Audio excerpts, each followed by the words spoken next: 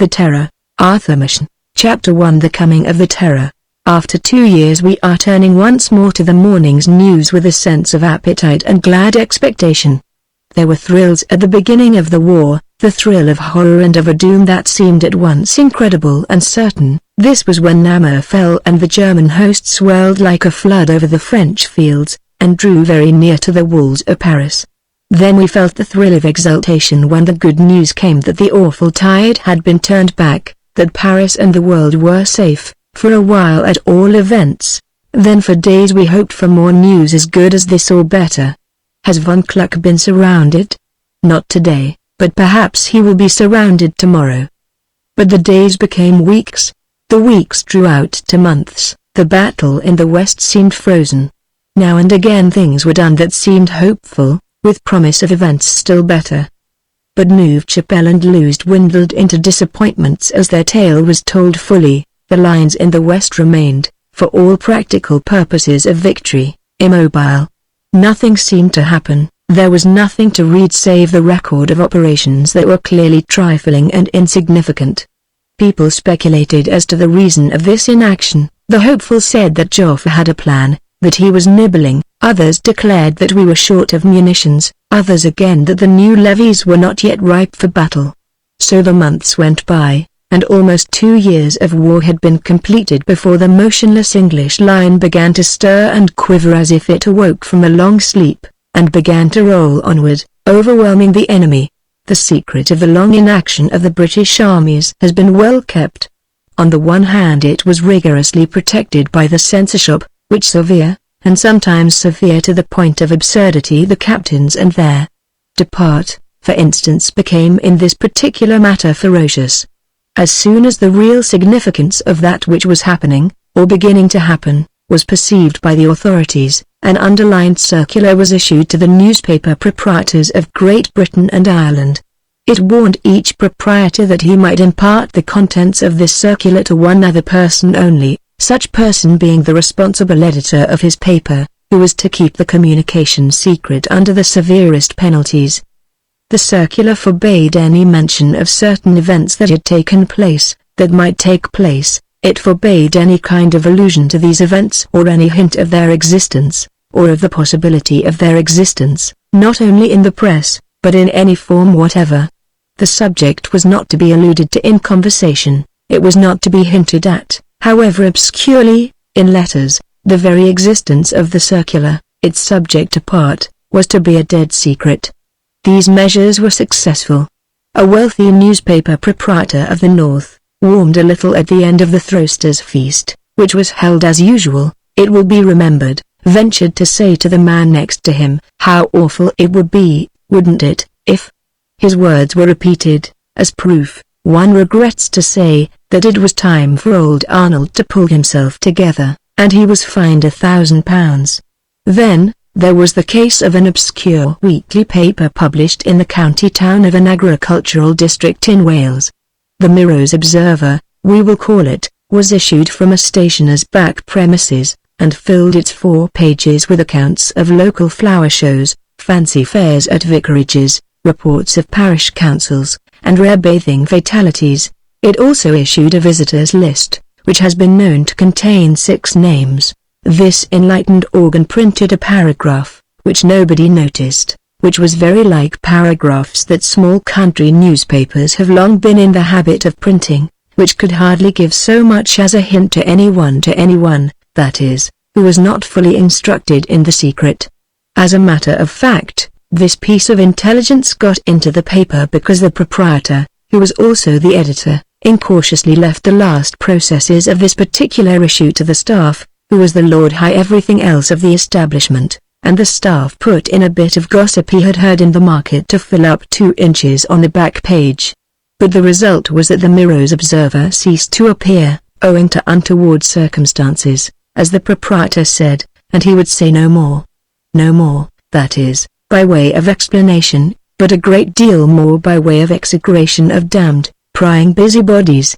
Now a censorship that is sufficiently minute and utterly remorseless can do amazing things in the way of hiding what it wants to hide.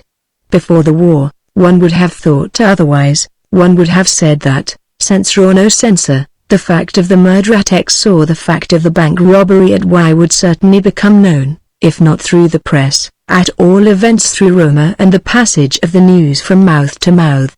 And this would be true of England 300 years ago, and of savage tribal lands of today. But we have grown of late to such a reverence for the printed word and such a reliance on it, that the old faculty of disseminating news by word of mouth has become atrophied. Forbid the press to mention the fact that Jones has been murdered, and it is marvelous how few people will hear of it, and of those who hear how few will credit the story that they have heard. You meet a man in the train who remarks that he has been told something about a murder in Southwark. There is all the difference in the world between the impression you receive from such a chance communication and that given by half a dozen lines of print with name, and street and date and all the facts of the case.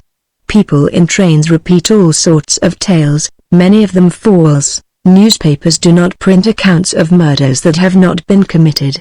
Then another consideration that has made for secrecy. I may have seemed to say that the old office of rumour no longer exists. I shall be reminded of the strange legend of the Russians and the mythology of the angels of Mons. But let me point out, in the first place, that both these absurdities depended on the papers for their wide dissemination. If there had been no newspapers or magazines, Russians and angels would have made but a brief, vague appearance of the most shadowy kind. A few would have heard of them, fewer still would have believed in them, they would have been gossiped about for a bare week or two, and so they would have vanished away. And, then, again, the very fact of these vain rumors and fantastic tales having been so widely believed for a time was fatal to the credit of any stray mutterings that may have got abroad. People had been taken in twice, they had seen how grave persons, men of credit, had preached and lectured about the shining forms that had saved the British Army at Mons, or had testified to the trains, packed with grey-coated Muscovites, rushing through the land at dead of night, and now there was a hint of something more amazing than either of the discredited legends. But this time there was no word of confirmation to be found in daily paper, or weekly review, or parish magazine, and so the few that heard either laughed, or, being serious, went home and jotted down notes for essays on wartime psychology, collective delusions. I followed neither of these courses. For before the secret circular had been issued my curiosity had somehow been aroused by certain paragraphs concerning a fatal accident to well-known airmen. The propeller of the aeroplane had been shattered, apparently by a collision with a flight of pigeons, the blades had been broken and the machine had fallen like lead to the earth, and soon after I had seen this account, I heard of some very odd circumstances relating to an explosion in a great munition factory in the Midlands. I thought I saw the possibility of a connection between two very different events.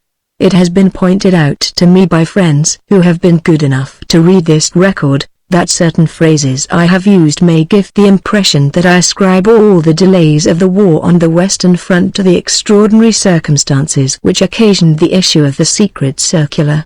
Of course this is not the case. There were many reasons for the immobility of our lines from October 1914 to July 1916.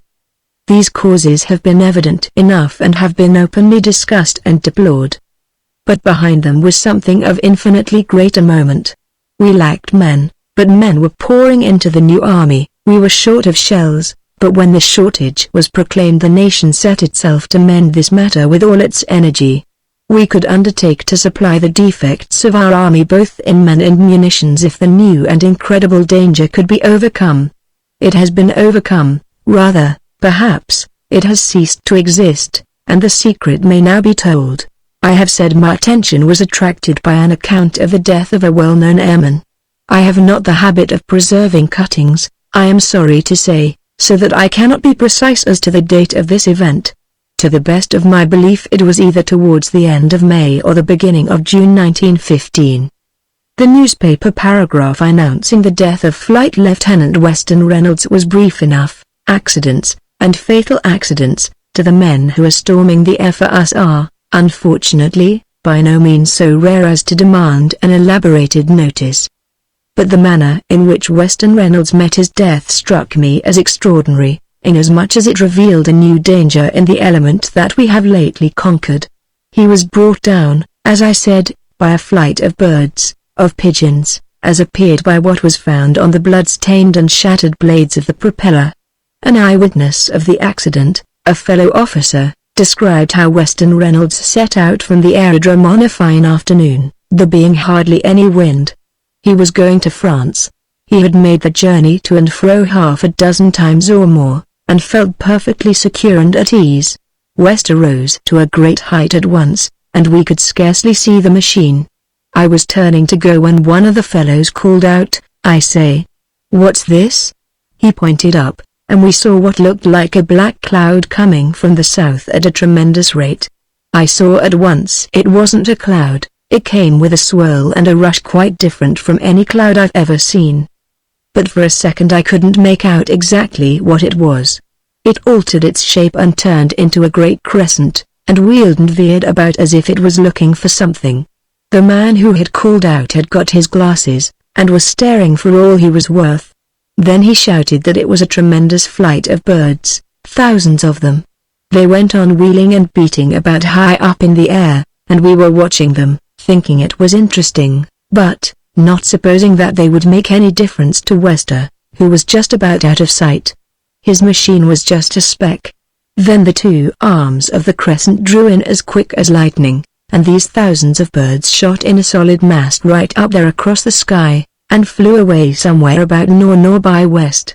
Then Henley, the man with the glasses, called out, "He's down," and started running, and I went after him. We got a car, and as we were going along Henley told me that he'd seen the machine drop dead, as if it came out of that cloud of birds. He thought then that they must have mucked up the propeller somehow. That turned out to be the case. We found the propeller blades all broken and covered with blood, and pigeon feathers and carcasses of the birds had got wedged in between the blades, and were sticking to them.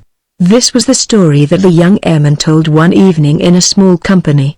He did not speak in confidence, so I have no hesitation in reproducing what he said. Naturally, I did not take a verbatim note of his conversation, but I have something of a knack of remembering talk that interests me, and I think my reproduction is very near to the tale that I heard. And let it be noted that the flying man told his story without any sense or indication of a sense that the incredible, or all but the incredible, had happened. So far as he knew, he said, it was the first accident of the kind. Airmen in France had been bothered once or twice by birds he thought they were eagles flying viciously at them. But poor old Wester had been the first man to come up against a flight of some thousands of pigeons, and perhaps I shall be the next, he added, but why look for trouble? Anyhow, I'm going to see Toodaloa tomorrow afternoon. Well, I heard the story, as one hears all the varied marvels and terrors of the air, as one heard some years ago of air pockets, strange gulfs or voids in the atmosphere into which airmen fell with great peril, or as one heard of the experience of the airman who flew over the Cumberland Mountains in the burning summer of 1911, and as he swam far above the heights was suddenly and vehemently blown upwards, the hot air from the rocks striking his plane as if it had been a blast from a furnace chimney. We have just begun to navigate a strange region. We must expect to encounter strange adventures, strange perils. And here a new chapter in the chronicles of these perils and adventures has been opened by the death of Weston Reynolds, and no doubt invention and contrivance would presently hit on some way of countering the new danger. It was, I think, about a week or 10 days after the airman's death that my business called me to a northern town, the name of which, perhaps, had better remain unknown. My mission was to inquire into certain charges of extravagance which had been laid against the working people, that is, the munition workers of this especial town. It was said that the men who used to earn £2.10 a week were now getting from £7 to £8, that bits of girls were being paid £2 instead of 7 or 8 shillings, and that, in consequence, there was an orgy of foolish extravagance. The girls, I was told, were eating chocolates at 4, 5, and 6 shillings a pound. The women were ordering £30 pianos which they couldn't play, and the men bought gold chains at 10 and 20 guineas apiece. I dived into the town in question and found, as usual, that there was a mixture of truth and exaggeration in the stories that I had heard.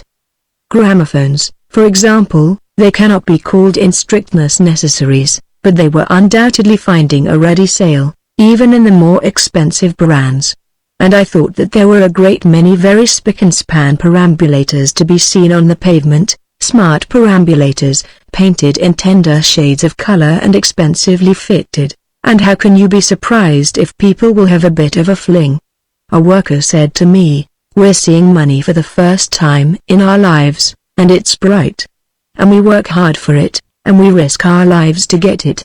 You've heard of Explosion yonder?" He mentioned certain works on the outskirts of the town. Of course, neither the name of the works nor of the town had been printed. There had been a brief notice of explosion at munition works in the northern district, many fatalities. The working man told me about it, and added some dreadful details. They wouldn't let their folks see bodies, screwed them up in coffins as they found them in shop. The gas had done it, turned their faces black. "You mean?" "Nay. They were all as if they had been bitten to pieces. This was a strange gas." I asked the man in the northern town all sorts of questions about the extraordinary explosion of which he had spoken to me. But he had very little more to say. As I have noted already, secrets that may not be printed are often deeply kept. Last summer there were very few people outside high official circles who knew anything about the tanks, of which we have all been talking lately, though these strange instruments of war were being exercised and tested in a park not far from London. So the man who told me of the explosion in the munition factory was most likely genuine in his profession that he knew nothing more of the disaster. I found out that he was a smelter employed at a furnace on the other side of the town to the ruined factory. He didn't know even what they had been making there, some very dangerous high explosives, he supposed. His information was really nothing more than a bit of gruesome gossip, which he had heard probably at third or fourth or fifth hand. The horrible detail of faces as if they had been bitten to pieces had made its violent impression on him, that was all. I gave him up and took a tram to the district of the disaster, a sort of industrial suburb, 5 miles from the center of the town. When I asked for the factory, I was told that it was no good my going to it as there was nobody there. But I found it, a raw and hideous shed with a walled yard about it, and a shut gate. I looked for signs of destruction, but there was nothing. The roof was quite undamaged, and again it struck me that this had been a strange accident. There had been an explosion of sufficient violence to kill work people in the building, but the building itself showed no wounds or scars. A man came out of the gate and locked it behind him. I began to ask him some sort of question. Or rather, I began to open for a question with a terrible business here, they tell me, or some such phrase of convention. I got no farther. The man asked me if I saw a policeman walking down the street. I said I did, and I was given the choice of getting about my business forthwith or of being instantly given in charge as a spy. "Fast, better be gone and quick about it," was, I think, his final advice, and I took it. Well, I had come literally up against a brick wall. Thinking the problem over, I could only suppose that the smelter or his informant had twisted the phrases of the story. The smelter had said the dead men's faces were bitten to pieces. This might be an unconscious perversion of eaten away. That phrase might describe well enough the effect of strong acids, and, for all I knew of the processes of munition making, such acids might be used and might explode with horrible results in some perilous stage of their admixture. It was a day or two later that the accident to the airman, Weston Reynolds, came into my mind. For one of those instants which are far shorter than any measure of time there flashed out the possibility of a link between the two disasters. But here was a wild impossibility, and I drove it away. And yet I think the thought, mad as it seemed, never left me. It was the secret light that at last guided me through a somber grove of enigmas. It was about this time, so far as the date can be fixed, that a whole district, one might say a whole county, was visited by a series of extraordinary and terrible calamities, which were the more terrible inasmuch as they continued for some time to be inscrutable mysteries. It is, indeed, Doubtful whether these awful events do not still remain mysteries to many of those concerned, for before the inhabitants of this part of the country had time to join one link of evidence to another, the circular was issued, and thenceforth no one knew how to distinguish undoubted fact from wild and extravagant surmise. The district in question is in the far west of Wales. I shall call it, for convenience, Machen. In it there is one seaside town of some repute with holiday makers for 5 or 6 weeks in the summer, and dotted about the county there are 3 or 4 small old towns that seem drooping in a slow decay, sleepy and grey with age and forgetfulness. They remind me of what I have read of towns in the west of Ireland. Grass grows between the uneven stones of the pavements, the signs above the shop windows decline, half the letters of these signs are missing. Here and there a house has been pulled down, or has been allowed to slide into ruin, and wild greenery springs up through the fallen stones, and there is silence in all the streets. And it is to be noted, these are not places that were once magnificent. The Celts have never had the art of building, and so far as I can see, such towns as Towy and Merthyr Tegveth and Miros must have been always much as they are now, clusters of poorish, meanly built houses, ill-kept and down at heel. And these few towns are thinly scattered over a wild country where north is divided from south by a wilder mountain range. One of these places is 16 miles from any station, the others are doubtfully and deviously connected by single-line railways served by rare trains that pause and stagger and hesitate on their slow journey up mountain passes, or stop for half an hour or more at lonely sheds called stations, situated in the midst of desolate marshes. A few years ago I travelled with an Irishman on one of these queer lines, and he looked to right and saw the bog with its yellow and blue grasses and stagnant pools, and he looked to left and saw a ragged hillside, set with grey stone walls. "I can hardly believe," he said, "that I'm not still in the wilds of Ireland." Here, then, one sees a wild and divided and scattered region, a land of outland hills and secret and hidden valleys. I know white farms on this coast which must be separate by 2 hours of hard, rough walking from any other habitation, which are invisible from any other house. And inland, again, the farms are often ringed about by thick groves of ash, planted by men of old days to shelter their roof trees from rude winds of the mountain and stormy winds of the sea, so that these places, too, are hidden away, to be surmised only by the wood smoke that rises from the green surrounding leaves. A Londoner must see them to believe in them, and even then he can scarcely credit their utter isolation. Such, then, in the main is Machen, and on this land in the early summer of last year terror descended, a terror without shape, such as no man there had ever known. It began with the tale of a little child who wandered out into the lanes to pick flowers one sunny afternoon, and never came back to the cottage on the hill. Chapter 2 Death in the Village. The child who was lost came from a lonely cottage that stands on the slope of a steep hillside called the Alt, or the Height. The land about it is wild and ragged, here the growth of gorse and bracken, here a marshy hollow of reeds and rushes, marking the course of the stream from some hidden well, here thickets of dense and tangled undergrowth, the outposts of the wood. Down through this broken and uneven ground a path leads to the lane at the bottom of the valley, then the land rises again and swells up to the cliffs over the sea, about a quarter of a mile away. The little girl, Gertrude Morgan, asked her mother if she might go down to the lane and pick the purple flowers. These were orchids that grew there, and her mother gave her leave, telling her she must be sure to be back by tea time, as there was apple tart for tea. She never came back. It was supposed that she must have crossed the road and gone to the cliff's edge, possibly in order to pick the sea pinks that were then in full blossom. She must have slipped, they said, and fallen into the sea, 200 feet below. And, it may be said at once, that there was no doubt some truth in this conjecture, though it stopped very far short of the whole truth. The child's body must have been carried out by the tide, for it was never found. The conjecture of a false step or of a fatal slide on the slippery turf that slopes down to the rocks was accepted as being the only explanation possible.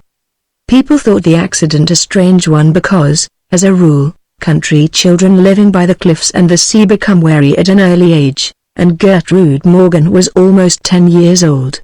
Still, as the neighbors said, that's how it must have happened, and it's a great pity, to be sure.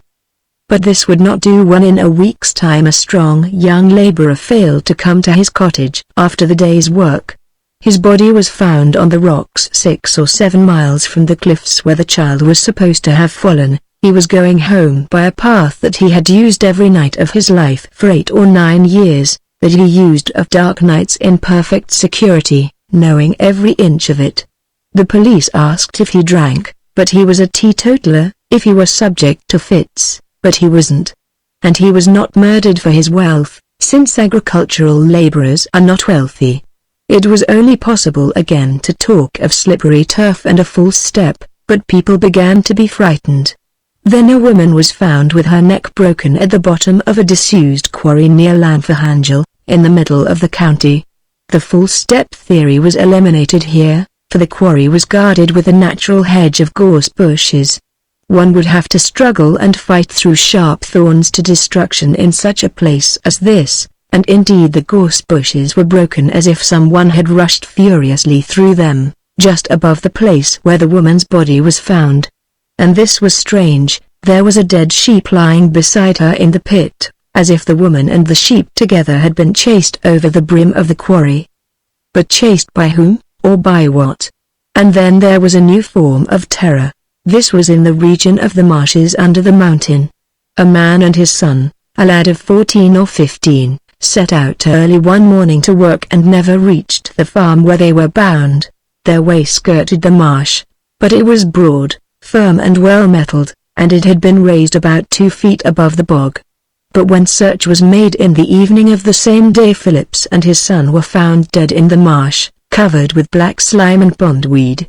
And they lay some 10 yards from the path, which, it would seem, they must have left deliberately. It was useless, of course, to look for tracks in the black ooze, for if one threw a big stone into it a few seconds removed all marks of the disturbance. The men who found the 2 bodies beat about the verges and purlieus of the marsh in hope of finding some trace of the murderers. They went to and fro over the rising ground where the black cattle were grazing. They searched the alder thickets by the brook, but they discovered nothing. Most horrible of all these horrors, perhaps, was the affair of the highway, a lonely and unfrequented byroad that winds for many miles on high and lonely land. Here, a mile from any other dwelling, stands a cottage on the edge of a dark wood. It was inhabited by a laborer named Williams, his wife, and their 3 children. One hot summer's evening, a man who had been doing a day's gardening at a rectory 3 or 4 miles away, passed the cottage, and stopped for a few minutes to chat with Williams, the laborer, who was pottering about his garden, while the children were playing on the path by the door. The 2 talked of their neighbors and of the potatoes till Mrs. Williams appeared at the doorway and said supper was ready, and Williams turned to go into the house. This was about 8 o'clock, and in the ordinary course the family would have their supper and be in bed by 9, or by 9:30 at latest. At 10 o'clock that night the local doctor was driving home along the highway.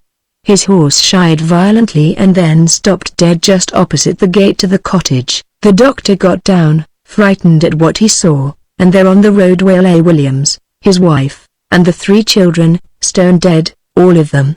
Their skulls were battered in as if by some heavy iron instrument, their faces were beaten into a pulp. Chapter 3 The Doctor's Theory. It is not easy to make any picture of the horror that lay dark on the hearts of the people of Machen. It was no longer possible to believe or to pretend to believe that these men and women and children met their deaths through strange accidents. The little girl and the young laborer might have slipped and fallen over the cliffs, but the woman who lay dead with the dead sheep at the bottom of the quarry, the 2 men who had been lured into the ooze of the marsh, the family who were found murdered on the highway before their own cottage door, in these cases there could be no room for the supposition of accident. It seemed as if it were impossible to frame any conjecture or outline of a conjecture that would account for these hideous and, as it seemed, utterly purposeless crimes.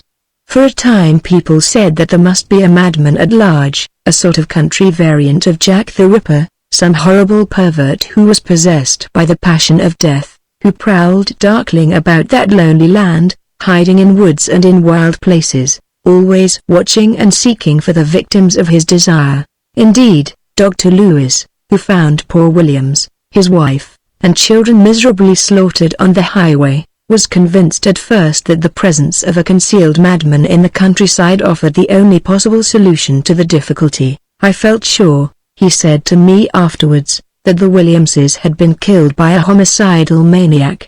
It was the nature of the poor creature's injuries that convinced me that this was the case. Some years ago, 37 or 38 years ago as a matter of fact, I had something to do with a case which on the face of it had a strong likeness to the highway murder. At that time I had a practice at Usk, in Monmouthshire. A whole family living in a cottage by the roadside were murdered one evening. It was called, I think, the Langababy murder. The cottage was near the village of that name.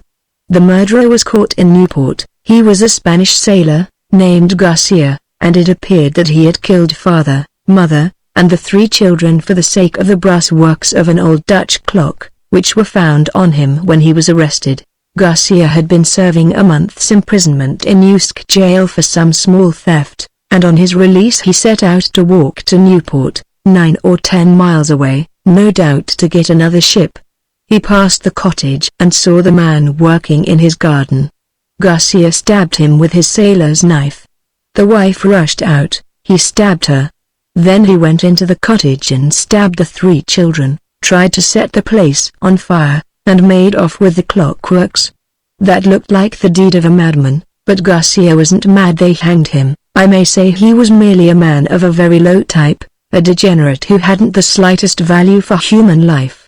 I am not sure, but I think he came from one of the Spanish islands, where the people are said to be degenerates, very likely from too much interbreeding. But my point is that Garcia stabbed to kill and did kill, with one blow in each case. There was no senseless hacking and slashing. Now those poor people on the highway had their heads smashed to pieces by what must have been fatal, but the murderer must have gone on raining blows with his iron hammer on people who were already stone dead. And that sort of thing is the work of a madman, and nothing but a madman. That's how I argued the matter out to myself just after the event. I was utterly wrong, monstrously wrong.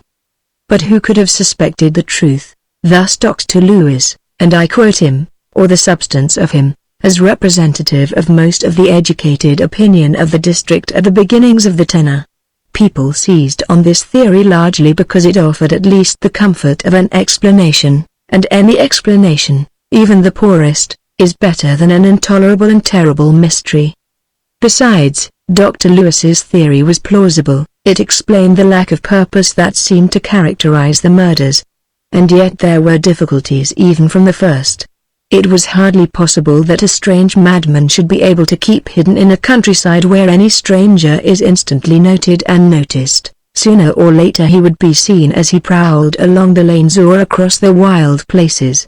Indeed, a drunken, cheerful, and altogether harmless tramp was arrested by a farmer and his man in the fact and act of sleeping off beer under a hedge, but the vagrant was able to prove complete and undoubted alibis, and was soon allowed to go on his wandering way. Then another theory, or rather a variant of Dr. Lewis's theory, was started. This was to the effect that the person responsible for the outrages was, indeed, a madman, but a madman only at intervals. It was one of the members of the Porth Club, a certain Mr. Remnant, who was supposed to have originated this more subtle explanation. Mr. Remnant was a middle-aged man, who, having nothing particular to do, read a great many books by way of conquering the hours. He talked to the club doctors, retired colonels, parsons, lawyers about personality, quoted various psychological textbooks in support of his contention that personality was sometimes fluid and unstable, went back to Dr. Jekyll and Mr. Hyde as good evidence of his proposition, and laid stress on Dr. Jekyll's speculation that the human soul, so far from being one and indivisible, might possibly turn out to be a mere polity, a state in which dwelt many strange and incongruous citizens, whose characters were not merely unknown but altogether unsurmised by that form of consciousness which so rashly assumed that it was not only the President of the Republic but also its sole citizen. The long and the short of it is, Mr. Remnant concluded that any one of us may be the murderer, though he hasn't the faintest notion of the fact. Take Llewellyn there. Mr. Payne Llewellyn was an elderly lawyer, a rural Tulkinghorn. He was the hereditary solicitor to the Morgans of Pentwyn.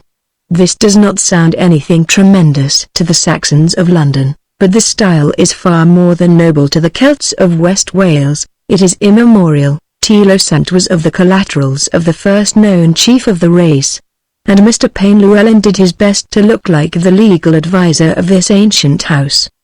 He was weighty, he was cautious, he was sound, he was secure. I have compared him to Mr. Tulkinghorn of Lincoln's Inn Fields, but Mr. Llewellyn would most certainly never have dreamed of employing his leisure in peering into the cupboards where the family skeletons were hidden. Supposing such cupboards to have existed, Mr. Payne Llewellyn would have risked large out-of-pocket expenses to furnish them with double, triple, impregnable locks. He was a new man, an adventurer, certainly, for he was partly of the Conquest, being descended on one side from Sir Payne Turberville, but he meant to stand by the old stock. Take Llewellyn now, said Mr. Remnant. Look here, Llewellyn, can you produce evidence to show where you were on the night those people were murdered on the highway? I thought not. Mr. Llewellyn, an elderly man, as I have said, hesitated before speaking. I thought not, Remnant went on. Now I say that it is perfectly possible that Llewellyn may be dealing death throughout Meirion, although in his present personality he may not have the faintest suspicion that there is another Llewellyn following murder as a fine art. Mr. Payne Llewellyn did not at all relish Mr. Remnant's suggestion that he might well be a secret murderer, ravening for blood, remorseless as a wild beast. He thought the phrase about his following murder as a fine art was both nonsensical and in the worst taste, and his opinion was not changed when Remnant pointed out that it was used by De Quincey in the title of one of his most famous essays. If you had allowed me to speak, he said with some coldness of manner, I would have told you that on Tuesday last, the night on which those unfortunate people were murdered on the highway, I was staying at the Angel Hotel, Cardiff. I had business in Cardiff, and I was detained till Wednesday afternoon. Having given this satisfactory alibi, Mr. Payne Llewellyn left the club, and did not go near it for the rest of the week. Remnant explained to those who stayed in the smoking room that, of course, he had merely used Mr. Llewellyn as a concrete example of his theory, which, he persisted, had the support of a considerable body of evidence. There are several cases of double personality on record, he declared. And I say again that it is quite possible that these murders may have been committed by one of us in his secondary personality. Why, I may be the murderer in my Remnant B state, though Remnant A knows nothing whatever about it, and is perfectly convinced that he could not kill a fowl, much less a whole family. Isn't it so, Lewis? Dr. Lewis said it was so, in theory, but he thought not in fact. Most of the cases of double or multiple personality that have been investigated, he said, have been in connection with the very dubious experiments of hypnotism, or the still more dubious experiments of spiritualism. All that sort of thing, in my opinion, is like tinkering with the works of a clock. Amateur tinkering, I mean. You fumble about with the wheels and cogs and bits of mechanism that you don't really know anything about, and then you find your clock going backwards or striking 2.40 at tea time. And I believe it's just the same thing with these psychical research experiments. The secondary personality is very likely the result of the tinkering and fumbling with a very delicate apparatus that we know nothing about. Mind, I can't say that it's impossible for one of us to be the highway murderer in his B state, as Remnant puts it. But I think it's extremely improbable. Probability is the guide of life, you know, Remnant, said Dr. Lewis, smiling at that gentleman, as if to say that he also had done a little reading in his day. And it follows, therefore, that improbability is also the guide of life. When you get a very high degree of probability, that is, you are justified in taking it as a certainty, and on the other hand, if a supposition is highly improbable, you are justified in treating it as an impossible one. That is, in 999 cases out of 1,000. How about the 1,000th case? Said Remnant. Supposing these extraordinary crimes constitute the 1000th case. The doctor smiled and shrugged his shoulders, being tired of the subject. But for some little time highly respectable members of Porth society would look suspiciously at one another, wondering whether, after all, there mightn't be something in it. However, both Mr. Remnant's somewhat crazy theory and Dr. Lewis's plausible theory became untenable when 2 more victims of an awful and mysterious death were offered up in sacrifice, for a man was found dead in the Llanfihangel quarry, where a woman had been discovered. And on the same day a girl of 15 was found broken on the jagged rocks under the cliffs near Porth. Now, it appeared that these 2 deaths must have occurred at about the same time, within an hour of one another, certainly, and the distance between the quarry and the cliffs by Black Rock is certainly 20 miles. A motor could do it, one man said. But it was pointed out that there was no high road between the 2 places. Indeed, it might be said that there was no road at all between them. There was a network of deep, narrow, and tortuous lanes that wandered into one another at all manner of queer angles for, say, 17 miles, this in the middle, as it were, between Black Rock and the quarry at Llanfihangel. But to get to the high land of the cliffs one had to take a path that went through 2 miles of fields, and the quarry lay a mile away from the nearest byroad in the midst of gorse and bracken and broken land. And, finally, there was no track of motor car or motor bicycle in the lanes which must have been followed to pass from one place to the other. "What about an aeroplane, then?" said the man of the motor car theory. Well, there was certainly an aerodrome not far from one of the 2 places of death. But somehow, nobody believed that the flying car harbored a homicidal maniac. It seemed clear, therefore, that there must be more than one person concerned in the terror of Meirion. And Dr. Lewis himself abandoned his own theory. As I said to Remnant at the club, he remarked, "Improbability is the guide of life. I can't believe that there are a pack of madmen or even 2 madmen at large in the country. I give it up." And now a fresh circumstance or set of circumstances became manifest to confound judgment and to awaken new and wild surmises.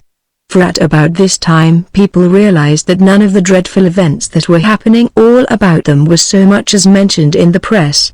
I have already spoken of the fate of the Mirror's Observer.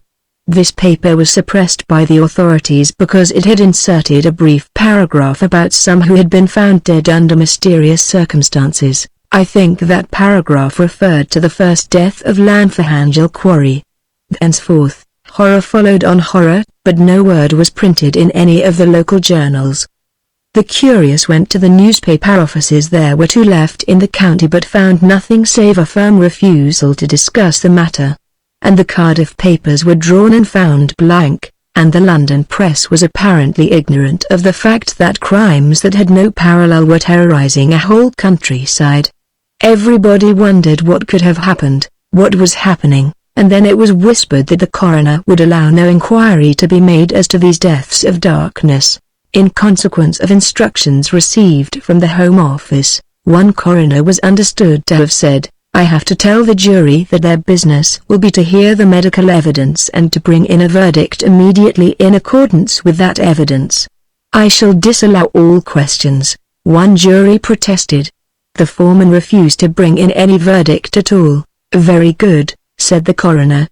"Then I beg to inform you, Mr. Foreman and gentlemen of the jury, that under the Defense of the Realm Act, I have power to supersede your functions, and to enter a verdict according to the evidence which has been laid before the court as if it had been the verdict of you all." The foreman and jury collapsed and accepted what they could not avoid. But the rumors that got abroad of all this, added to the known fact that the terror was ignored in the press, no doubt by official command, increased the panic that was now rising, and gave it a new direction. Clearly, people reasoned, these government restrictions and prohibitions could only refer to the war, to some great danger in connection with the war. And that being so, it followed that the outrages which must be kept so secret were the work of the enemy, that is, of concealed German agents. Chapter 4: The Spread of the Terror. It is time, I think, for me to make one point clear. I began this history with certain references to an extraordinary accident to an airman whose machine fell to the ground after collision with a huge flock of pigeons, and then to an explosion in a northern munition factory, an explosion, as I noted, of a very singular kind. Then I deserted the neighborhood of London, and the Northern District, and dwelt on a mysterious and terrible series of events which occurred in the summer of 1915 in a Welsh county, which I have named, for convenience, Machen. Well, let it be understood at once that all this detail that I have given about the occurrences in Machen does not imply that the county in the far west was alone or especially afflicted by the terror that was over the land. They tell me that in the villages about Dartmoor stout Devonshire hearts sank as men's hearts used to sink in the time of plague and pestilence. There was horror, too, about the Norfolk Broads, and far up by Perth no one would venture on the path that leads by Scone to the wooded heights above the Tay. And in the industrial districts, I met a man by chance one day in an odd London corner who spoke with horror of what a friend had told him. "Ask no questions, Ned," he says to me, "but I tell you I was in Birmingham t'other day, and I met a pal who'd seen 300 coffins going out of works not far from there. And then the ship that hovered outside the mouth of the Thames with all sails set and beat to and fro in the wind, and never answered any hail, and showed no light. The forts shot at her and brought down one of the masts, but she went suddenly about with a change of wind under what sails still stood, and then veered down channel, and drove ashore at last on the sandbanks and pine woods of Arcachon, and not a man alive on her, but only rattling heaps of bones. That last voyage of the Semiramis would be something horribly worth telling, but I only heard it at a distance as a yarn, and only believed it because it squared with other things that I knew for certain. This, then, is my point. I have written of the terror as it fell on Machen, simply because I have had opportunities of getting close to what really happened. Third or fourth or fifth hand in the other places, but round about Porth and Merthyr Tegvith I have spoken with people who have seen the tracks of the terror with their own eyes. Well, I have said that the people of that far western county realized, not only that death was abroad in their quiet lanes and on their peaceful hills, but that for some reason it was to be kept all secret. Newspapers might not print any news of it, the very juries summoned to investigate it were allowed to investigate nothing. And so they concluded that this veil of secrecy must somehow be connected with the war, and from this position it was not a long way to a further inference, that the murderers of innocent men and women and children were either Germans or agents of Germany. It would be just like the Huns, everybody agreed, to think out such a devilish scheme as this, and they always thought out their schemes beforehand. They hoped to seize Paris in a few weeks, but when they were beaten on the Marne they had their trenches on the Aisne ready to fall back on. It had all been prepared years before the war. And so, no doubt, they had devised this terrible plan against England in case they could not bear us in open fight. There were people ready, very likely, all over the country, who were prepared to murder and destroy everywhere as soon as they got the word. In this way the Germans intended to sow terror throughout England and fill our hearts with panic and dismay, hoping so to weaken their enemy at home that he would lose all heart over the war abroad. It was the Zeppelin notion, in another form. They were committing these horrible and mysterious outrages thinking that we should be frightened out of our wits. It all seemed plausible enough. Germany had by this time perpetrated so many horrors and had so excelled in devilish ingenuities that no abomination seemed too abominable to be probable, or too ingeniously wicked to be beyond the tortuous malice of the Hun. But then came the questions as to who the agents of this terrible design were, as to where they lived, as to how they contrived to move unseen from field to field, from lane to lane. All sorts of fantastic attempts were made to answer these questions, but it was felt that they remained unanswered. Some suggested that the murderers landed from submarines, or flew from hiding places on the west coast of Ireland, coming and going by night, but there were seen to be flagrant impossibilities in both these suggestions. Everybody agreed that the evil work was no doubt the work of Germany, but nobody could begin to guess how it was done. Somebody at the club asked Remnant for his theory. My theory, said that ingenious person, is that human progress is simply a long march from one inconceivable to another. Look at that airship of ours that came over Porth yesterday. 10 years ago that would have been an inconceivable sight. Take the steam engine, take printing, take the theory of gravitation. They were all inconceivable till somebody thought of them. So it is, no doubt, with this infernal dodgery that we're talking about. The Huns have found it out, and we haven't, and there you are. We can't conceive how these poor people have been murdered, because their method's inconceivable to us. The club listened with some more to this high argument. After Remnant had gone, one member said, "Wonderful man, that." "Yes," said Dr. Lewis. He was asked whether he knew something. And his reply really amounted to no, I don't. But I have never heard it better put. It was, I suppose, at about this time when the people were puzzling their heads as to the secret methods used by the Germans or their agents to accomplish their crimes that a very singular circumstance became known to a few of the Porth people. It related to the murder of the Williams family on the highway in front of their cottage store. I do not know that I have made it plain that the old Roman road called the highway follows the course of a long, steep hill that goes steadily westward till it slants down and droops towards the sea. On either side of the road the ground falls away, here into deep shadowy woods, here to high pastures, now and again into a field of corn, but for the most part into the wild and broken land that is characteristic of Aachen. The fields are long and narrow, stretching up the steep hillside. They fall into sudden dips and hollows. A well springs up in the midst of one and a grove of ash and thorn bends over it, shading it, and beneath it the ground is thick with reeds and rushes.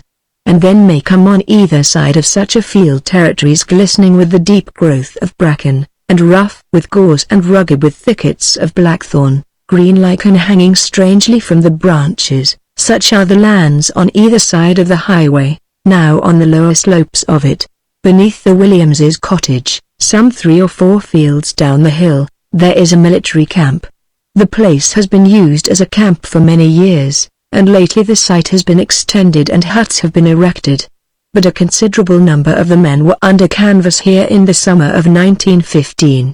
On the night of the highway murder this camp, as it appeared afterwards, was the scene of the extraordinary panic of the horses. A good many men in the camp were asleep in their tents soon after 9:30, when the last post was sounded. They woke up in panic.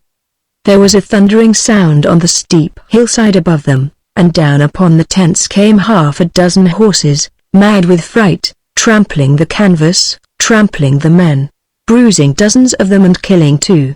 Everything was in wild confusion, men groaning and screaming in the darkness, struggling with the canvas and the twisted ropes, shouting out, some of them, raw lads enough, that the Germans had landed, others wiping the blood from their eyes, a few, roused suddenly from heavy sleep, hitting out at one another, officers coming up at the double roaring out orders to the sergeants, a party of soldiers who were just returning to camp from the village seized with fright at what they could scarcely see or distinguish, at the wildness of the shouting and cursing and groaning that they could not understand, bolting out of the camp again and racing for their lives back to the village, everything in the maddest confusion of wild disorder.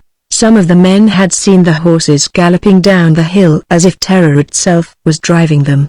They scattered off into the darkness, and somehow or another found their way back in the night to their pasture above the camp. They were grazing there peacefully in the morning, and the only sign of the panic of the night before was the mud they had scattered all over themselves as they pelted through a patch of wet ground. The farrier said they were as quiet a lot as any in Meirion. He could make nothing of it. Indeed, he said, I believe they must have seen the devil himself to be in such a fright as that, save the people. Now all this was kept as quiet as might be at the time when it happened. It became known to the men of the Porth Club in the days when they were discussing the difficult question of the German outrages, as the murders were commonly called. And this wild stampede of the farm horses was held by some to be evidence of the extraordinary and unheard of character of the dreadful agency that was at work.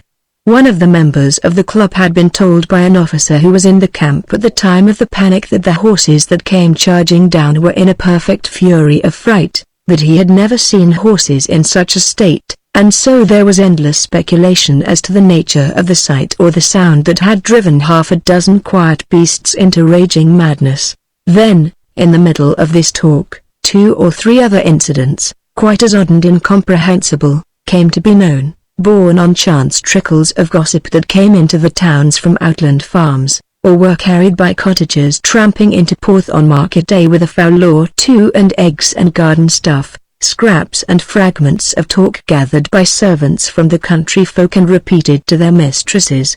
And in such ways it came out that up at Place knew there had been a terrible business over swarming the bees. They had turned as wild as wasps and much more savage. They had come about the people who were taking the swarms like a cloud. They settled on one man's face so that you could not see the flesh for the bees crawling all over it, and they had stung him so badly that the doctor did not know whether he would get over it, and they had chased a girl who had come out to see the swarming, and settled on her and stung her to death. Then they had gone off to a break below the farm and got into a hollow tree there, and it was not safe to go near it, for they would come out at you by day or by night. And much the same thing had happened, it seemed, at 3 or 4 farms and cottages where bees were kept. And there were stories, hardly so clear or so credible, of sheepdogs, mild and trusted beasts, turning as savage as wolves and injuring the farm boys in a horrible manner. In one case it was said with fatal results. It was certainly true that old Mrs. Owen's favourite Brahma Dorking cock had gone mad. She came into Porth one Saturday morning with her face and her neck all bound up and plastered. She had gone out to her bit of a field to feed the poultry the night before, and the bird had flown at her and attacked her most savagely, inflicting some very nasty wounds before she could beat it off. There was a stake handy, lucky for me, she said, and I did beat him till the life was out of him. But what is come to the world, whatever? Now Remnant, the man of theories, was also a man of extreme leisure. It was understood that he had succeeded to ample means when he was quite a young man, and after tasting the savours of the law, as it were, for half a dozen terms at the board of the Middle Temple, he had decided that it would be senseless to bother himself with passing examinations for a profession which he had not the faintest intention of practicing. So he turned a deaf ear to the call of mange ringing through the temple courts, and set himself out to potter amiably through the world. He had pottered all over Europe, he had looked at Africa, and had even put his head in at the door of the East, on a trip which included the Greek Isles and Constantinople. Now, getting into the middle 50s, he had settled at Porth for the sake, as he said, of the Gulf Stream and the fuchsia hedges, and pottered over his books and his theories and the local gossip. He was no more brutal than the general public, which revels in the details of mysterious crime, but it must be said that the terror, black though it was a boon to him. He peered and investigated and poked about with the relish of a man to whose life a new zest has been added. He listened attentively to the strange tales of bees and dogs and poultry that came into Porth with the country baskets of butter, rabbits, and green peas, and he evolved at last a most extraordinary theory. Full of this discovery, as he thought it, he went one night to see Dr. Lewis and take his view of the matter. "I want to talk to you," said Remnant to the doctor, "about what I have called, provisionally, the Z-ray." Chapter 5 The Incident of the Unknown Tree. Dr. Lewis, smiling indulgently, and quite prepared for some monstrous piece of theorizing, led Remnant into the room that overlooked the terraced garden and the sea. The doctor's house, though it was only a 10 minutes' walk from the center of the town, seemed remote from all other habitations. The drive to it from the road came through a deep grove of trees and a dense shrubbery. Trees were about the house on either side, mingling with neighboring groves, and below, the garden fell down, terrace by green terrace, to wild growth, a twisted path amongst red rocks, and at last to the yellow sand of a little cove. The room to which the doctor took Remnant looked over these terraces and across the water to the dim boundaries of the bay. It had French windows that were thrown wide open, and the two men sat in the soft light of the lamp. This was before the days of severe lighting regulations in the far west, and enjoyed the sweet odors and the sweet vision of the summer evening. Then Remnant began, "I suppose, Lewis, You've heard these extraordinary stories of bees and dogs and things that have been going about lately? Certainly I have heard them. I was called in at Plasnewid, and treated Thomas Trevor, who's only just out of danger, by the way. I certified for the poor child, Mary Trevor. She was dying when I got to the place. There was no doubt she was stung to death by bees, and I believe there were other very similar cases at Llantanam and Morwyn, none fatal, I think. What about them? Well, then there are the stories of good-tempered old sheepdogs turning wicked and savaging children. Quite so. I haven't seen any of these cases professionally, but I believe the stories are accurate enough. And the old woman assaulted by her own poultry? That's perfectly true. Her daughter put some stuff of their own concoction on her face and neck, and then she came to me. The wounds seemed going all right, so I told her to continue the treatment, whatever it might be. Very good, said Mr. Remnant. He spoke now with an italic impressiveness. Don't you see the link between all this and the horrible things that have been happening about here for the last month? Lewis stared at Remnant in amazement. He lifted his red eyebrows and lowered them in a kind of scowl. His speech showed traces of his native accent. Great burning! He exclaimed. What on earth are you getting at now? It is madness.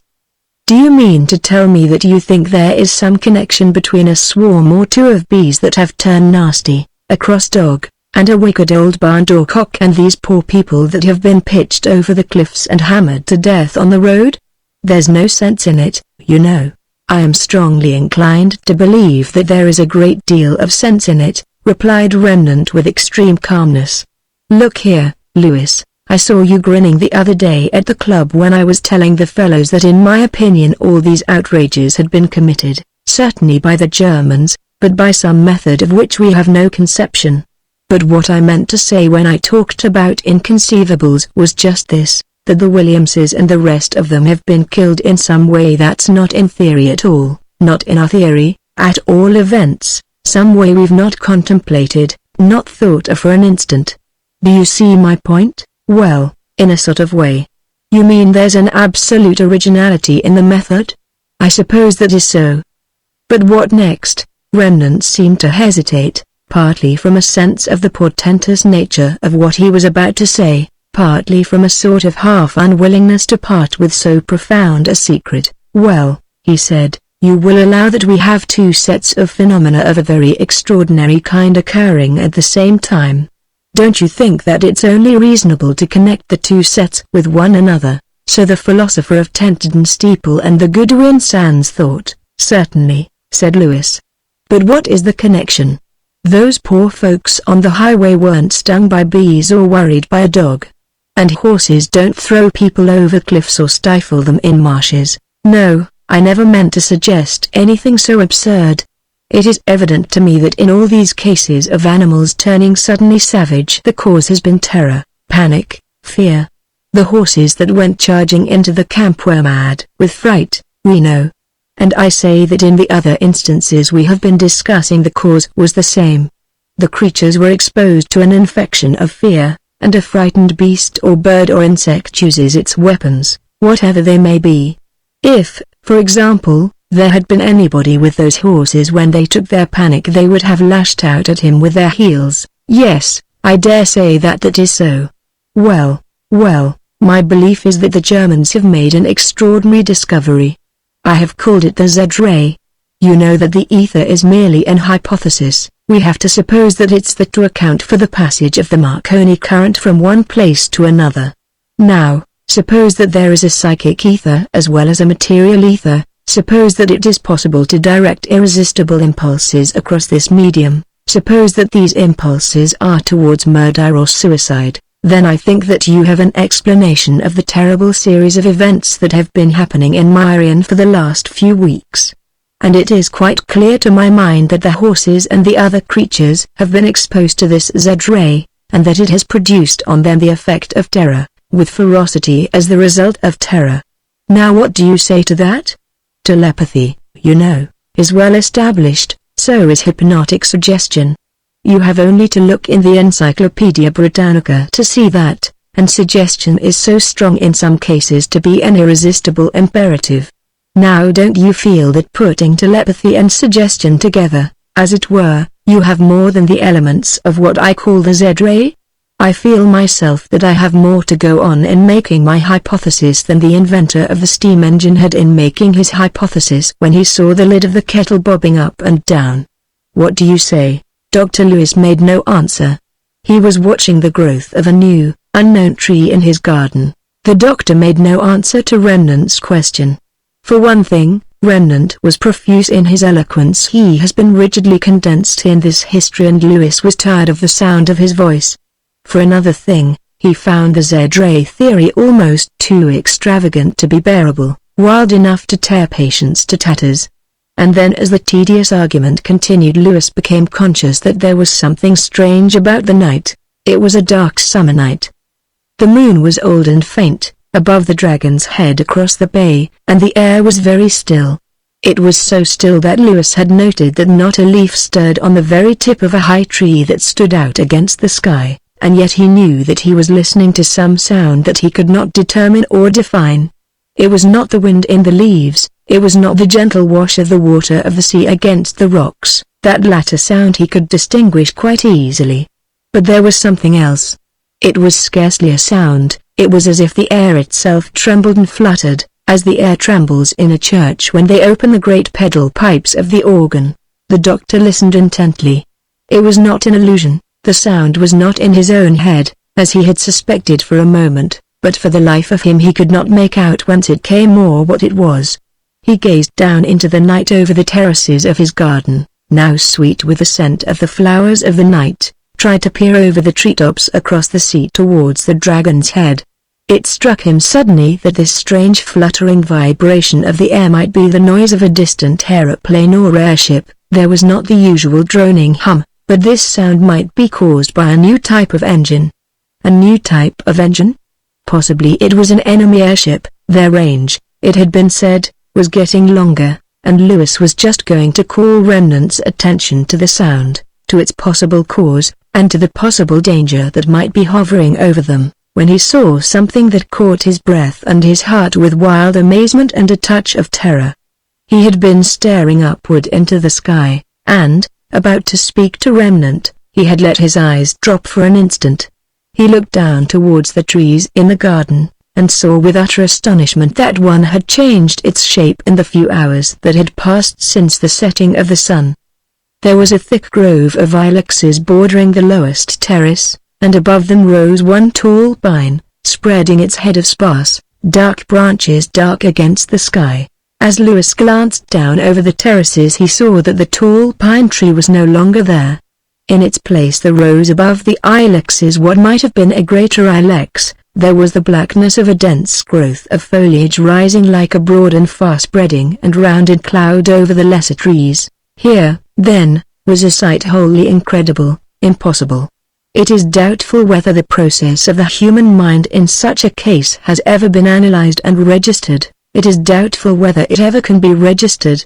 It is hardly fair to bring in the mathematician, since he deals with absolute truth, so far as mortality can conceive absolute truth. But how would a mathematician feel if he were suddenly confronted with a two-sided triangle?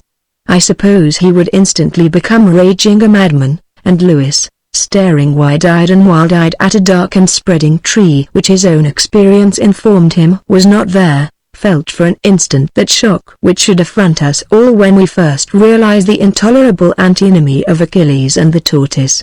Common sense tells us that Achilles will flash past the tortoise almost with the speed of the lightning. The inflexible truth of mathematics assures us that till the earth boils and the heavens cease to endure, the tortoise must still be in advance, and thereupon we should, in common decency, go mad.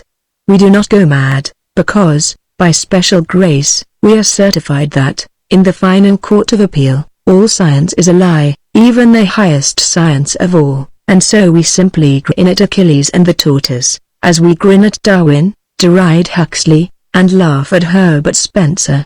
Dr. Lewis did not grin. He glared into the dimness of the night, at the great spreading tree that he knew could not be there. And as he gazed he saw that what at first appeared the dense blackness of foliage was fretted and starred with wonderful appearances of lights and colors. Afterwards he said to me, I remember thinking to myself, look here, I am not delirious, my temperature is perfectly normal. I am not drunk, I only had a pint of Graves with my dinner, over 3 hours ago. I have not eaten any poisonous fungus, I have not taken Anhelonium lewinii experimentally. So, now then. What is happening? The night had gloomed over, clouds obscured the faint moon and the misty stars.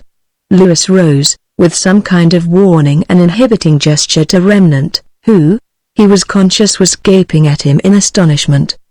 He walked to the open French windows, and took a pace forward on the path outside, and looked, very intently, at the dark shape of the tree, down below the sloping garden, above the washing of the waves. He shaded the light of the lamp behind him by holding his hands on each side of his eyes. The mass of the tree that couldn't be there stood out against the sky, but not so clearly, now that the clouds had rolled up. Its edges, the limits of its leafage, were not so distinct. Lewis thought that he could detect some sort of quivering movement in it, though the air was at a dead calm. It was a night on which one might hold up a lighted match and watch it burn without any wavering or inclination of the flame. You know, said Lewis, how a bit of burnt paper will sometimes hang over the coals before it goes up the chimney, and little worms of fire will shoot through it. It was like that, if you should be standing some distance away. Just threads and hairs of yellow light I saw, and specks and sparks of fire, and then a twinkling of a ruby no bigger than a pinpoint, and a green wandering in the black, as if an emerald were crawling, and then little veins of deep blue. Woe is me! I said to myself in Welsh, what is all this color and burning? And, then, at that very moment there came a thundering rap at the door of the room inside, and there was my man telling me that I was wanted directly up at the Garth, as old Mr. Trevor Williams had been taken very bad. I knew his heart was not worth much, so I had to go off directly and leave Remnant to make what he could of it all. Chapter 6 Mr. Remnant's Ray. Dr. Lewis was kept some time at the Garth. It was past 12 when he got back to his house. He went quickly to the room that overlooked the garden and the sea and threw open the French window and peered into the darkness. There, dim indeed against the dim sky but unmistakable, was the tall pine with its sparse branches, high above the dense growth of the ilex trees. The strange boughs which had amazed him had vanished, there was no appearance now of colors or of fires. He drew his chair up to the open window and sat there gazing and wondering far into the night, till brightness came upon the sea and sky, and the forms of the trees in the garden grew clear and evident. He went up to his bed at last filled with a great perplexity, still asking questions to which there was no answer. The doctor did not say anything about the strange tree to Remnant. When they next met, Lewis said that he had thought there was a man hiding amongst the bushes, this in explanation of that warning gesture he had used, and of his going out into the garden and staring into the night. He concealed the truth because he dreaded the Remnant doctrine that would undoubtedly be produced. Indeed, he hoped that he had heard the last of the theory of the Z-ray. But Remnant firmly reopened this subject. We were interrupted just as I was putting my case to you, he said. And to sum it all up, it amounts to this, that the Huns have made one of the great leaps of science. They are sending suggestions, which amount to irresistible commands, over here, and the persons affected are seized with suicidal or homicidal mania. The people who were killed by falling over the cliffs or into the quarry probably committed suicide, and so with the man and boy who were found in the bog. As to the highway case, you remember that Thomas Evans said that he stopped and talked to Williams on the night of the murder. In my opinion Evans was the murderer. He came under the influence of the ray, became a homicidal maniac in an instant, snatched Williams's spade from his hand and killed him and the others. The bodies were found by me on the road. It is possible that the first impact of the ray produces violent nervous excitement, which would manifest itself externally. Williams might have called to his wife to come and see what was the matter with Evans. The children would naturally follow their mother. It seems to me simple. And as for the animals, their homes, dogs, and so forth, they, as I say, were no doubt panic-stricken by the ray, and hence driven to frenzy. Why should Evans have murdered Williams instead of Williams murdering Evans? Why should the impact of the ray affect one and not the other? Why does one man react violently to a certain drug, while it makes no impression on another man? Why is A able to drink a bottle of whiskey and remain sober, while B is turned into something very like a lunatic after he has drunk 3 glasses? It is a question of idiosyncrasy, said the doctor. Is idiosyncrasy Greek for I don't know? Asked Remnant. Not at all, said Lewis, smiling blandly. I mean that in some diatheses whiskey, as you have mentioned, whiskey appears not to be pathogenic, or at all events not immediately pathogenic.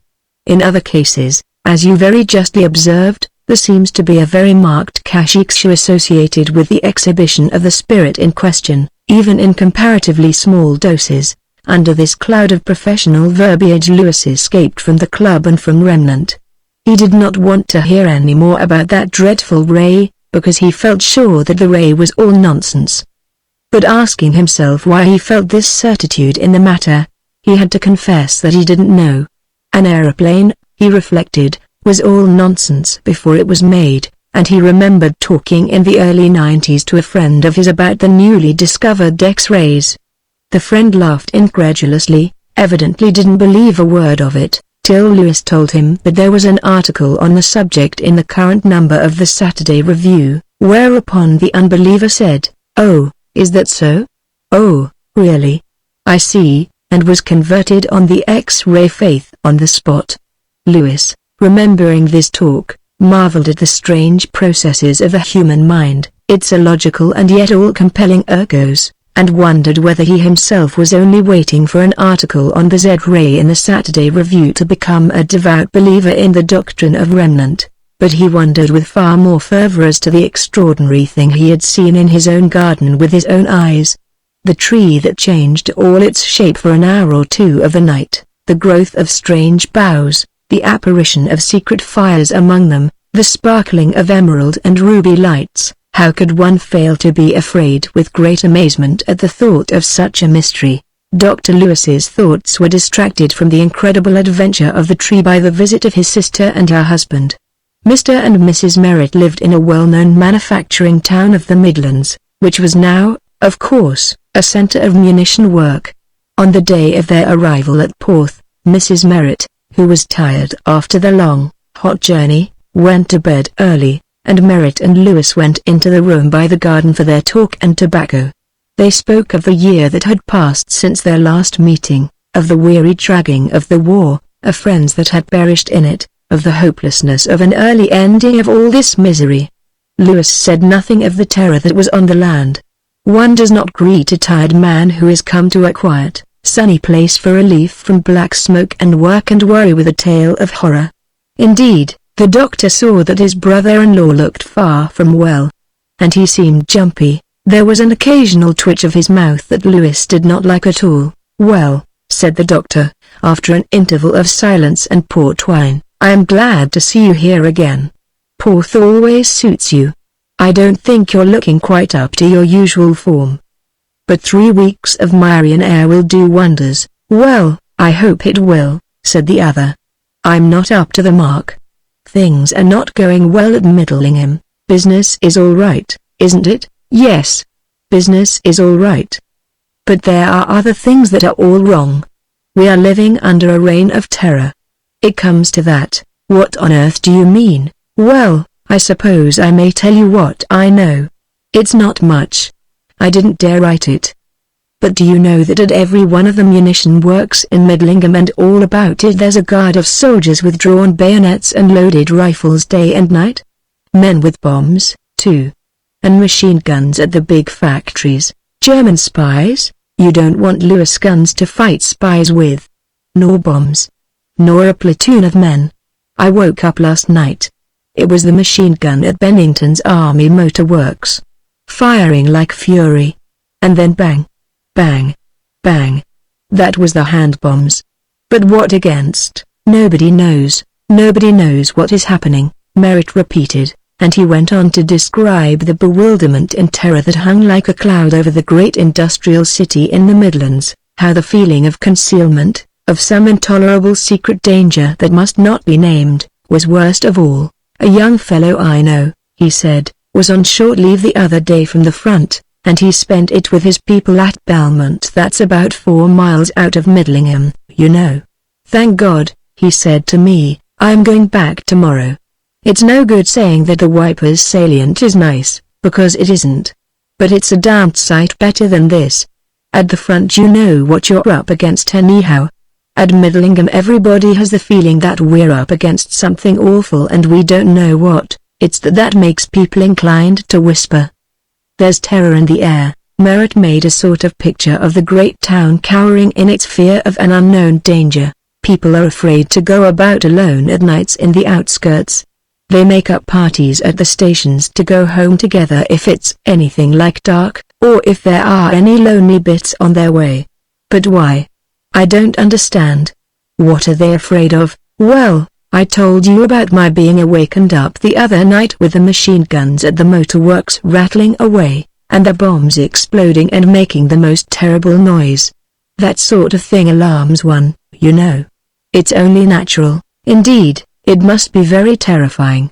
You mean, then, there is a general nervousness about, a vague sort of apprehension that makes people inclined to herd together? There's that, and there's more. People have gone out, have never come back. There were a couple of men in the train to home, arguing about the quickest way to get to North End, a sort of outlying part of home where they both lived. They argued all the way out of Middlingham, one saying that the high road was the quickest though it was the longest way. It's the quickest going because it's the cleanest going, he said.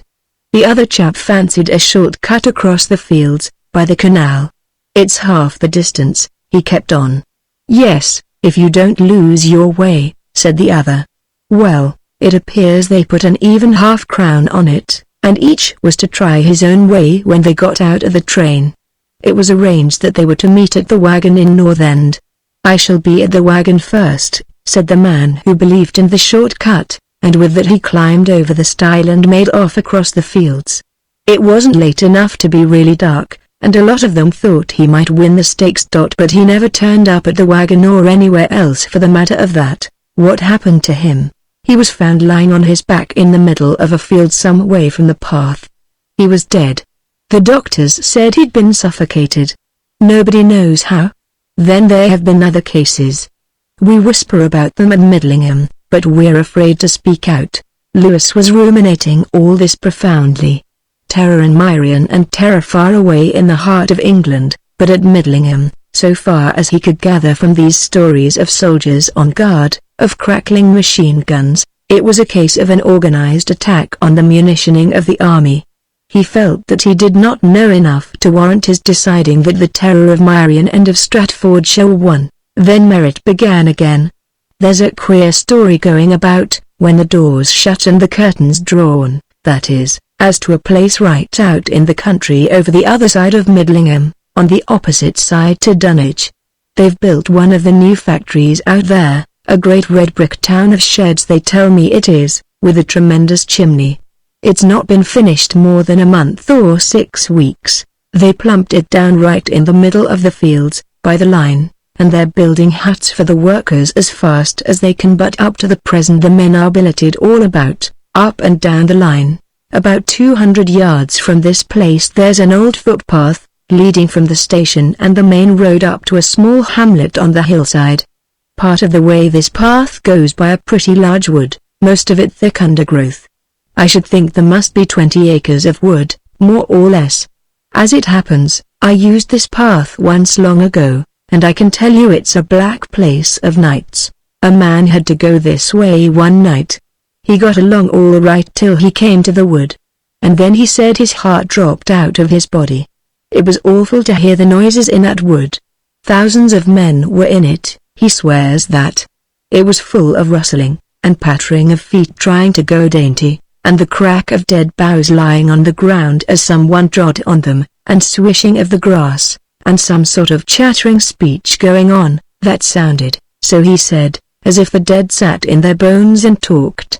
He ran for his life, anyhow, across fields, over hedges, through brooks. He must have run, by his tail, 10 miles out of his way before he got home to his wife, and beat at the door, and broke in, and bolted it behind him. "There is something rather alarming about any wood at night," said Dr. Lewis. Merritt shrugged his shoulders. "People say that the Germans have landed, and that they are hiding in underground places all over the country." Chapter 7 The Case of the Hidden Germans. Lewis gasped for a moment, silent in contemplation of the magnificence of rumor. The Germans already landed, hiding underground, striking by night, secretly, terribly, at the power of England.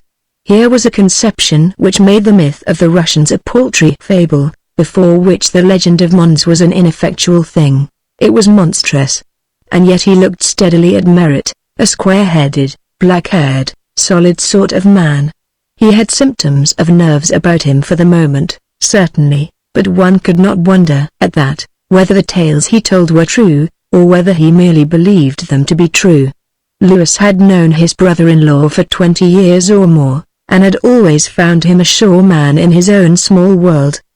"But then," said the doctor to himself, "those men, if they once get out of the ring of that little world of theirs, they are lost. Those are the men that believed in Madame Blavatsky." "Well," he said, "what do you think yourself?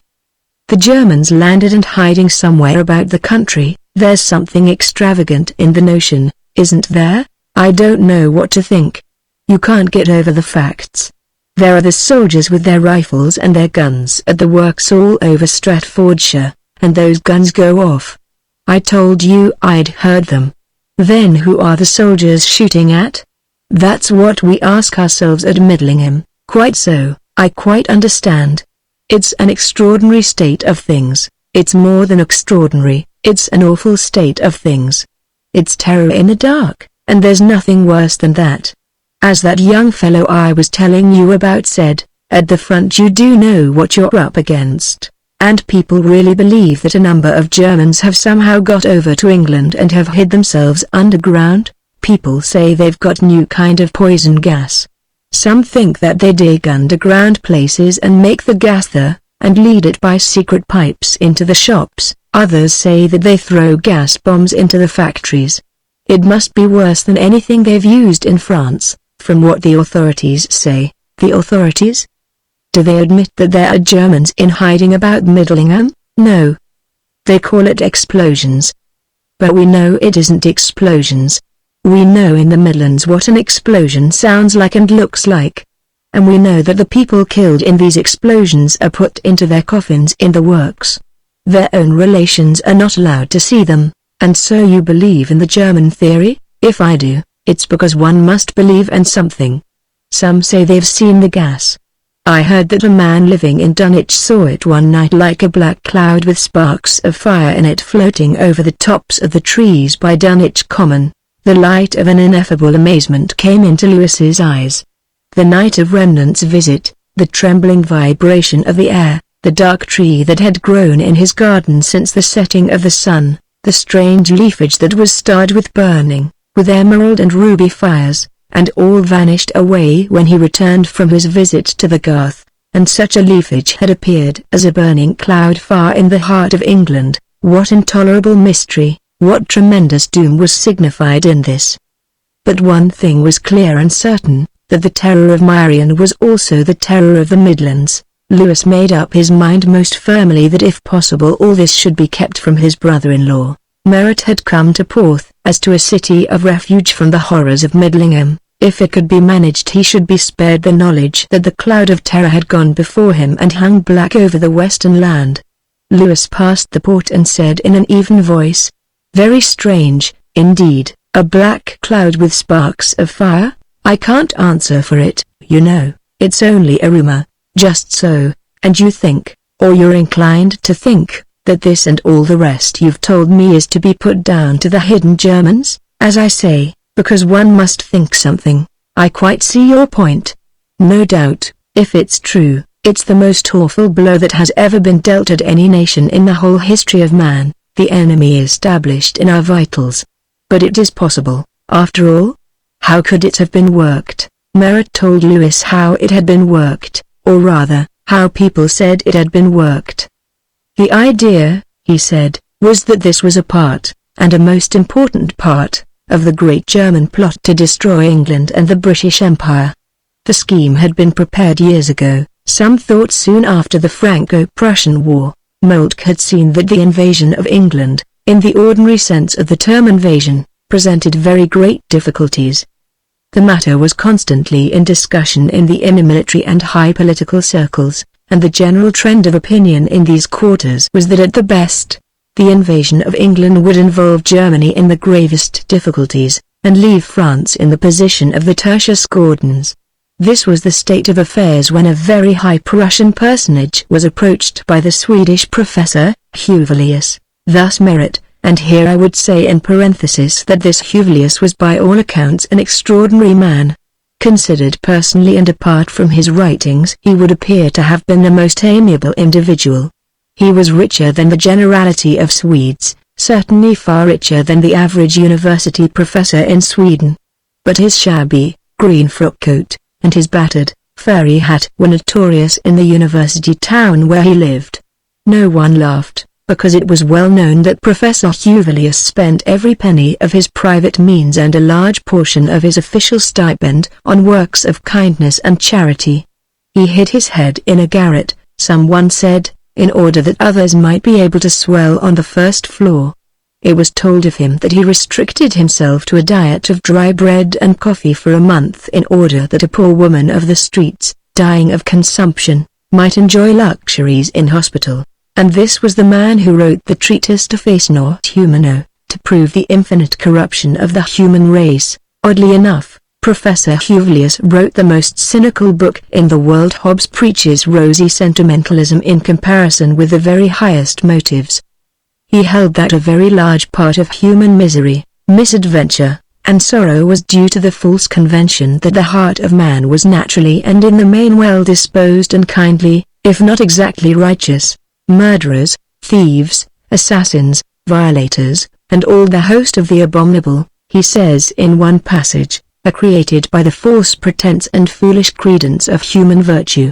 A lion in a cage is a fierce beast, indeed, but what will he be if we declare him to be a lamb and open the doors of his den? Who will be guilty of the deaths of the men, women and children whom he will surely devour, save those who unlocked the cage? And he goes on to show that kings and the rulers of the peoples could decrease the sum of human misery to a vast extent by acting on the doctrine of human wickedness. War, he declares, which is one of the worst of evils, will always continue to exist. But a wise king will desire a brief war rather than a lengthy one, a short evil rather than a long evil. And this not from the benignity of his heart towards his enemies, for we have seen that the human heart is naturally malignant, but because he desires to conquer, and to conquer easily, without a great expenditure of men or of treasure, knowing that if he can accomplish this feat his people will love him and his crown will be secure. So he will wage brief victorious wars, and not only spare his own nation, but the nation of the enemy, since in a short war the loss is less on both sides than in a long war. And so from evil will come good. And how, asks Huvelius, are such wars to be waged? The wise prince, he replies, will begin by assuming the enemy to be infinitely corruptible and infinitely stupid, since stupidity and corruption are the chief characteristics of man. So the prince will make himself friends in the very councils of his enemy, and also amongst the populace, bribing the wealthy by proffering to them the opportunity of still greater wealth, and winning the poor by swelling words. For, contrary to the common opinion, it is the wealthy who are greedy of wealth, while the populace are to be gained by talking to them about liberty, their unknown God. And so much are they enchanted by the words liberty, freedom, and such like, that the wise can go to the poor, rob them of what little they have, dismiss them with a hearty kick, and win their hearts and their votes forever, if only they will assure them that the treatment which they have received is called liberty. Guided by these principles, says Huvelius, the wise prince will entrench himself in the country that he desires to conquer, nay, with but little trouble. He may actually and literally throw his garrisons into the heart of the enemy country before war has begun.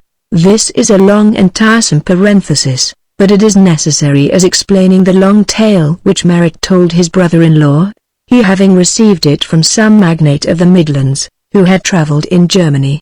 It is probable that the story was suggested in the first place by the passage from Huvelius which I have just quoted. Merritt knew nothing of the real Huvelius, who was all but a saint. He thought of the Swedish professor as a monster of iniquity, worse, as he said, than Nietzsche, meaning, no doubt, Nietzsche. So he told the story of how Huvelius had sold his plan to the Germans, a plan for filling England with German soldiers. Land was to be bought in certain suitable and well-considered places, Englishmen were to be bought as the apparent owners of such land, and secret excavations were to be made, till the country was literally undermined.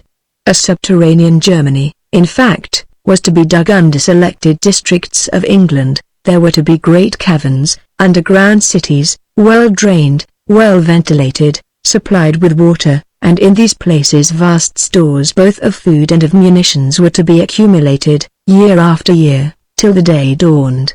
And then, warned in time, the secret garrison would leave shops, hotels, offices, villas, and vanish underground, ready to begin their work of bleeding England at the heart. That's what Henson told me, said Merritt at the end of his long story. Henson, head of the Buckley Iron and Steel Syndicate. He has been a lot in Germany. Well, said Lewis, of course, it may be so. If it is so, it is terrible beyond words. Indeed, he found something horribly plausible in the story. It was an extraordinary plan, of course, an unheard-of scheme, but it did not seem impossible.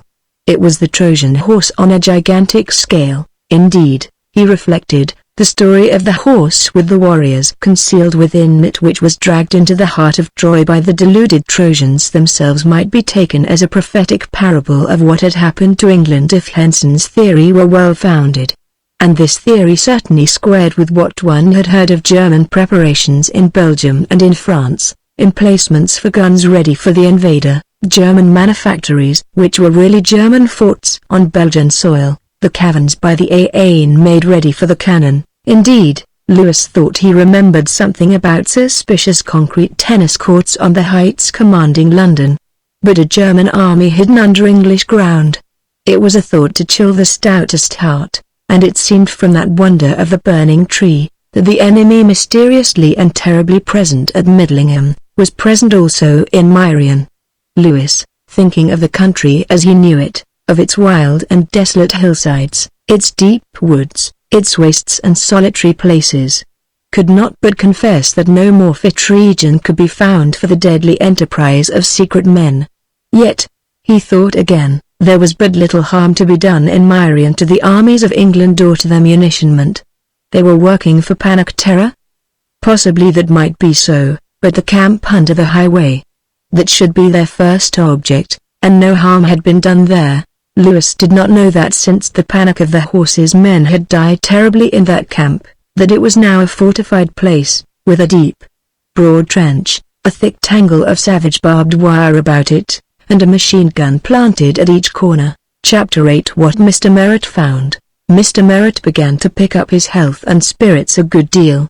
For the first morning or two of his stay at the doctor's he contented himself with a very comfortable deck chair close to the house, where he sat under the shade of an old mulberry tree beside his wife and watched the bright sunshine on the green lawns, on the creamy crests of the waves, on the headlands of that glorious coast, purple even from afar with the imperial glow of the heather, on the white farmhouses gleaming in the sunlight, high over the sea, far from any turmoil, from any troubling of men. The sun was hot, but the wind breathed all the while gently, incessantly, from the east, and Merritt, who had come to this quiet place, not only from dismay, but from the stifling and oily airs of the smoky Midland town, said that east wind, pure and clear and like well water from the rock, was new life to him. He ate a capital dinner at the end of his first day at Porth and took rosy views. As to what they had been talking about the night before, he said to Lewis, no doubt there must be trouble of some sort, and perhaps bad trouble, still, Kitchener would soon put it all right. So things went on very well. Merritt began to stroll about the garden, which was full of the comfortable spaces, groves, and surprises that only country gardens know. To the right of one of the terraces he found an arbor of summer house covered with white roses, and he was as pleased as if he had discovered the pole. He spent a whole day there, smoking and lounging and reading a rubbishly sensational story, and declared that the Devonshire roses had taken many years off his age. Then on the other side of the garden there was a filbert grove that he had never explored on any of his former visits, and again there was a find. Deep in the shadow of the filberts was a bubbling well, issuing from rocks, and all manner of green, dewy ferns growing about it and above it, and an angelica springing beside it. Merritt knelt on his knees, and hollowed his hand and drank the well water. He said, over his port, that night, that if all water were like the water of the filbert well the world would turn to teetotalism. It takes a townsman to relish the manifold and exquisite joys of the country. It was not till he began to venture abroad that Merritt found that something was lacking of the old rich peace that used to dwell in Meirion. He had a favourite walk which he never neglected, year after year. This walk led along the cliffs towards Merose, and then one could turn inland and return to Porth by deep winding lanes that went over the Allet. So Merritt set out early one morning and got as far as a sentry box at the foot of the path that led up to the cliff. There was a sentry pacing up and down in front of the box, and he called on Merritt to produce his pass, or to turn back to the main road. Merritt was a good deal put out, and asked the doctor about this strict guard. And the doctor was surprised. "I didn't know they had put their bar up there," he said. "I suppose it's wise.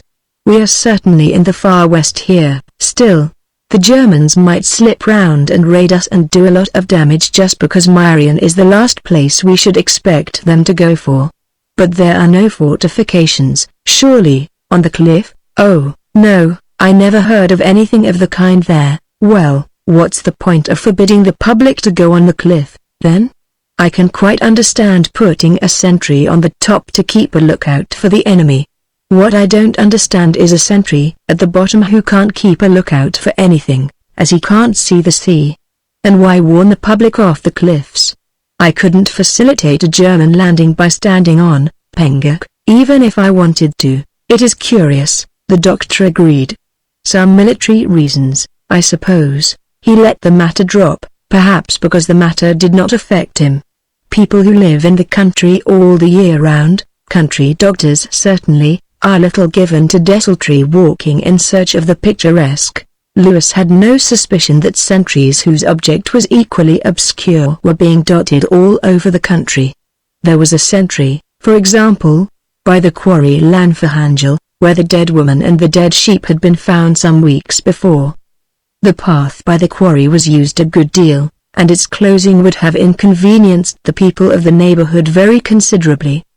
But the sentry had his box by the side of the track and had his orders to keep everybody strictly to the path, as if the quarry were a secret fort. It was not known till a month or two ago that one of these sentries was himself a victim of the terror. The men on duty at this place were given certain very strict orders, which from the nature of the case, must have seemed to them unreasonable. For old soldiers, orders are orders, but here was a young bank clerk, scarcely in training for a couple of months, who had not begun to appreciate the necessity of hard, literal obedience to an order which seemed to him meaningless. He found himself on a remote and lonely hillside. He had not the faintest notion that his every movement was watched, and he disobeyed a certain instruction that had been given him. The post was found deserted by the relief. The sentry's dead body was found at the bottom of the quarry. This by the way, but Mr. Merritt discovered again and again that things happened to hamper his walks and his wanderings.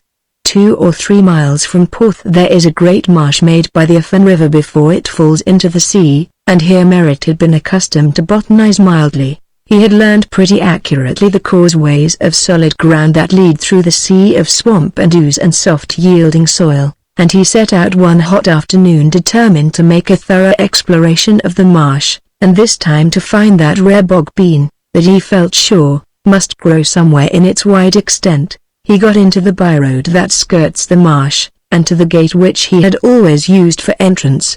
There was the scene as he had known it always, the rich growth of reeds and flags and rushes, the mild black cattle grazing on the islands of firm turf, the scented procession of the meadow sweet, the royal glory of the loosestrife, flaming pennons, crimson and golden, of the giant dock, but they were bringing out a dead man's body through the gate.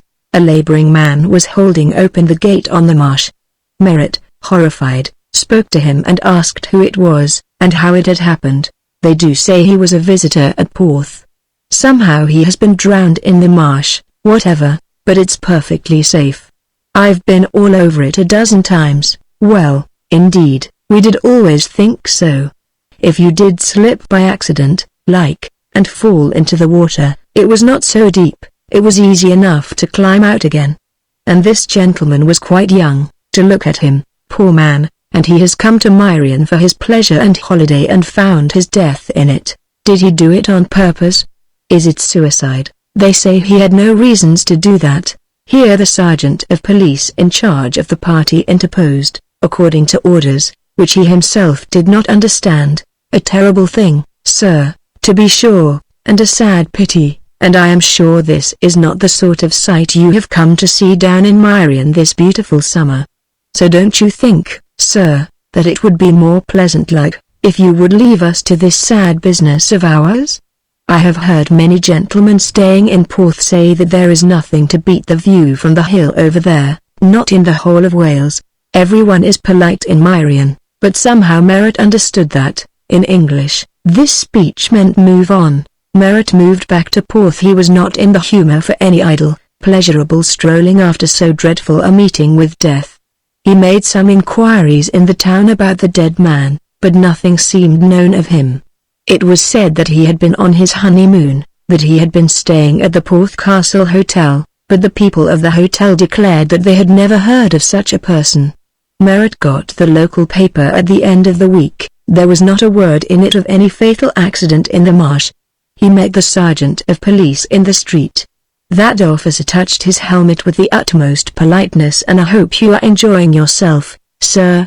Indeed you do look a lot better already." But as to the poor man who was found drowned or stifled in the marsh, he knew nothing. The next day Merritt made up his mind to go to the marsh to see whether he could find anything to account for so strange a death. What he found was a man with an armlet standing by the gate.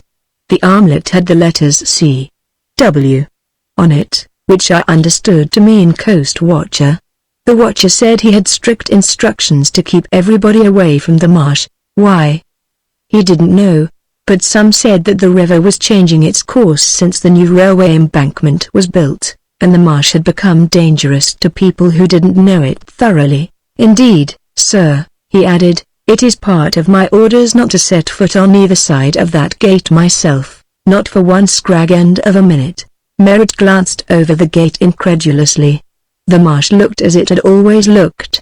There was plenty of sound, hard ground to walk on. He could see the track that he used to follow as firm as ever. He did not believe in the story of the changing course of the river, and Lewis said he had never heard of anything of the kind. But Merritt had put the question in the middle of general conversation. He had not led up to it from any discussion of the death in the marsh, and so the doctor was taken unawares.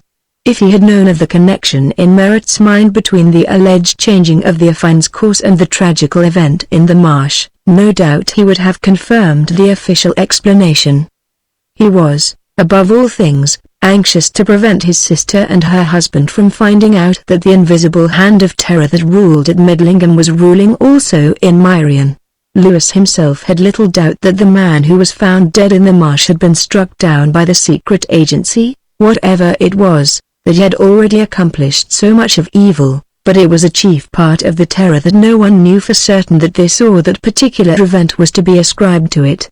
People do occasionally fall over cliffs through their own carelessness, and as the case of Garcia, the Spanish sailor, showed, cottagers and their wives and children are now and then the victims of savage and purposeless violence. Lewis had never wondered about the marsh himself, but Remnant had pottered round it and about it, and declared that the man who met his death, though his name was never known, in Porth at all events must either have committed suicide by deliberately lying prone in the ooze and stifling himself, or else must have been held down in it. There were no details available, so it was clear that the authorities had classified this death with the others. Still, the man might have committed suicide, or he might have had a sudden seizure and fallen in the slimy water face downwards. And so on. It was possible to believe that case A or B or C was in the category of ordinary accidents or ordinary crimes. But it was not possible to believe that A and B and C were all in that category. And thus it was to the end, and thus it is now. We know that the terror reigned, and how it reigned, but there were many dreadful events ascribed to its rule about which there must always be room for doubt. For example, there was the case of the Marianne, the rowing boat which came to grief in so strange a manner, almost under Merritt's eyes. In my opinion he was quite wrong in associating the sorry fate of the boat and her occupants with the system of signaling by flashlights which he detected, or thought that he detected, on the afternoon in which the Marianne was capsized. I believe his signaling theory to be all nonsense, in spite of the naturalized German governess who was lodging with her employers in the suspected house. But, on the other hand, there is no doubt in my own mind that the boat was overturned and those in it drowned by the work of the terror. Chapter 9 The Light on the Water. Let it be noted carefully that so far Merritt had not the slightest suspicion that the terror of Midlingham was quick over Marion. Lewis had watched and shepherded him carefully. He had let out no suspicion of what had happened in Marion, and before taking his brother-in-law to the club he had passed round a hint among the members. He did not tell the truth about Midlingham, and here again is a point of interest, that as the terror deepened the general public cooperated voluntarily, and, one would say, almost subconsciously, with the authorities in concealing what they knew from one another, but he gave out a desirable portion of the truth, that his brother-in-law was nervy, not by any means up to the mark, and that it was therefore desirable that he should be spared the knowledge of the intolerable and tragic mysteries which were being enacted all about them. "He knows about that poor fellow who was found in the marsh," said Lewis, "and he has a kind of vague suspicion that there is something out of the common about the case, but no more than that. A clear case of suggested, or rather commanded suicide," said Remnant. "I regard it as a strong confirmation of my theory." "Perhaps so," said the doctor, dreading lest he might have to hear about the Z-ray all over again. "But please don't let anything out to him. I want him to get built up thoroughly before he goes back to Midlingham." Then, on the other hand, Merritt was as still as death about the doings of the Midlands. He hated to think of them, much more to speak of them, and thus, as I say, he and the men at the Porth Club kept their secrets from one another, and thus, from the beginning to the end of the terror, the links were not drawn together. In many cases, no doubt, A and B met every day and talked familiarly, it may be confidentially, on other matters of all sorts, each having in his possession half of the truth, which he concealed from the other, so the two halves were never put together to make a whole. Merritt, as the doctor guessed, had a kind of uneasy feeling it scarcely amounted to a suspicion as to the business of the marsh, chiefly because he thought the official talk about the railway embankment and the course of the river rank nonsense. But finding that nothing more happened, he let the matter drop from his mind, and settled himself down to enjoy his holiday. He found to his delight that there were no sentries or watchers to hinder him from the approach to Larnac Bay, a delicious cove, a place where the ash grove and the green meadow and the glistening bracken sloped gently down to red rocks and firm yellow sands. Merritt remembered a rock that formed a comfortable seat, and here he established himself of a golden afternoon, and gazed at the blue of the sea and the crimson bastions and bays of the coast as it bent inward to Sunnar and swept out again southward to the odd-shaped promontory called the Dragon's Head. Merritt gazed on, amused by the antics of the porpoises who were tumbling and splashing and gambling a little way out at sea, charmed by the pure and radiant air that was so different from the oily smoke that often stood for heaven at Midlingham, and charmed, too, by the white farmhouses dotted here and there on the heights of the curving coast. Then he noticed a little rowboat at about 200 yards from the shore. There were 2 or 3 people aboard, he could not quite make out how many, and they seemed to be doing something with a line. They were no doubt fishing, and Merritt, who disliked fish, wondered how people could spoil such an afternoon, such a sea, such pellucid and radiant air by trying to catch white, flabby offensive, evil-smelling creatures that would be excessively nasty when cooked. He puzzled over this problem and turned away from it to the contemplation of the crimson headlands. And then he says that he noticed that signaling was going on. Flashing lights of intense brilliance, he declares, were coming from one of those farms on the heights of the coast. It was as if white fire was spouting from it. Merritt was certain, as the light appeared and disappeared, that some message was being sent, and he regretted that he knew nothing of heliography. 3 short flashes, a long and very brilliant flash, then 2 short flashes. Merritt fumbled in his pocket for pencil and paper so that he might record these signals, and, bringing his eyes down to the sea level, he became aware, with amazement and horror, that the boat had disappeared. All that he could see was some vague, dark object far to westward, running out with the tide. Now it is certain, unfortunately, that the Marianne was capsized and that 2 schoolboys and the sailor in charge were drowned. The bones of the boat were found amongst the rocks far along the coast, and the 3 bodies were also washed ashore. The sailor could not swim at all, the boys only a little, and it needs an exceptionally fine swimmer to fight against the outward suck of the tide as it rushes past Penguin Point. But I have no belief whatever in Merritt's theory. He held, and still holds, for all I know, that the flashes of light which he saw coming from Pennyhowl, the farmhouse on the height, had some connection with the disaster to the Marianne. When it was ascertained that a family were spending their summer at the farm, and that the governess was a German, though a long naturalized German, Merritt could not see that there was anything left to argue about, though there might be many details to discover. But, in my opinion, all this was a mere mare's nest. The flashes of brilliant light were caused, no doubt, by the sun lighting up one window of the farmhouse after the other. Still, Merritt was convinced from the very first, even before the damning circumstance of the German governess was brought to light, and on the evening of the disaster, as Lewis and he sat together after dinner, he was endeavoring to put what he called the common sense of the matter to the doctor. "If you hear a shot," said Merritt, "and you see a man fall, you know pretty well what killed him." There was a flutter of wild wings in the room. A great moth beat to and fro and dashed itself madly against the ceiling, the walls, the glass bookcase. Then a sputtering sound, a momentary dimming of the lamp. The moth had succeeded in its mysterious quest. "Can you tell me," said Lewis as if he were answering Merritt, "why moths rush into the flame?" Lewis had put his question as to the strange habits of the common moth to Merritt with the deliberate intent of closing the debate on death by heliograph.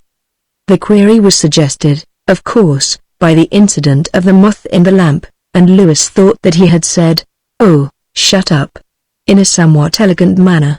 And, in fact, Merritt looked dignified, remained silent, and helped himself to port. That was the end that the doctor had desired. He had no doubt in his own mind that the affair of the Marianne was but one more item in a long account of horrors that grew larger almost with every day, and he was in no humor to listen to wild and futile theories as to the manner in which the disaster had been accomplished. Here was a proof that the terror that was upon them was mighty not only on the land but on the waters, for Lewis could not see that the boat could have been attacked by any ordinary means of destruction. From Merritt's story, it must have been in shallow water. The shore of Larnac Bay shelves very gradually, and the Admiralty charts showed the depth of water 200 yards out to be only 2 fathoms. This would be too shallow for a submarine. And it could not have been shelled, and it could not have been torpedoed. There was no explosion. The disaster might have been due to carelessness. Boys, he considered, will play the fool anywhere, even in a boat, but he did not think so. The sailor would have stopped them. And, it may be mentioned, that the 2 boys were as a matter of fact extremely steady, sensible young fellows, not in the least likely to play foolish tricks of any kind.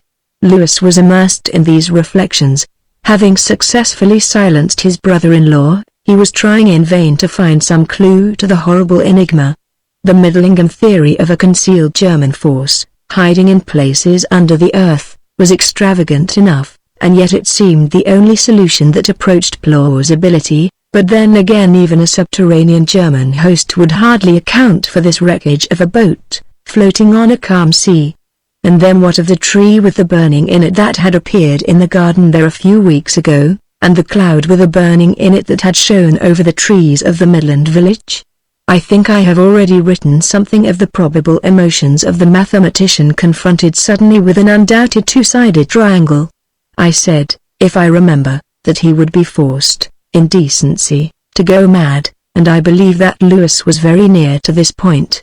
He felt himself confronted with an intolerable problem that most instantly demanded solution, and yet, with the same breath, as it were, denied the possibility of there being any solution.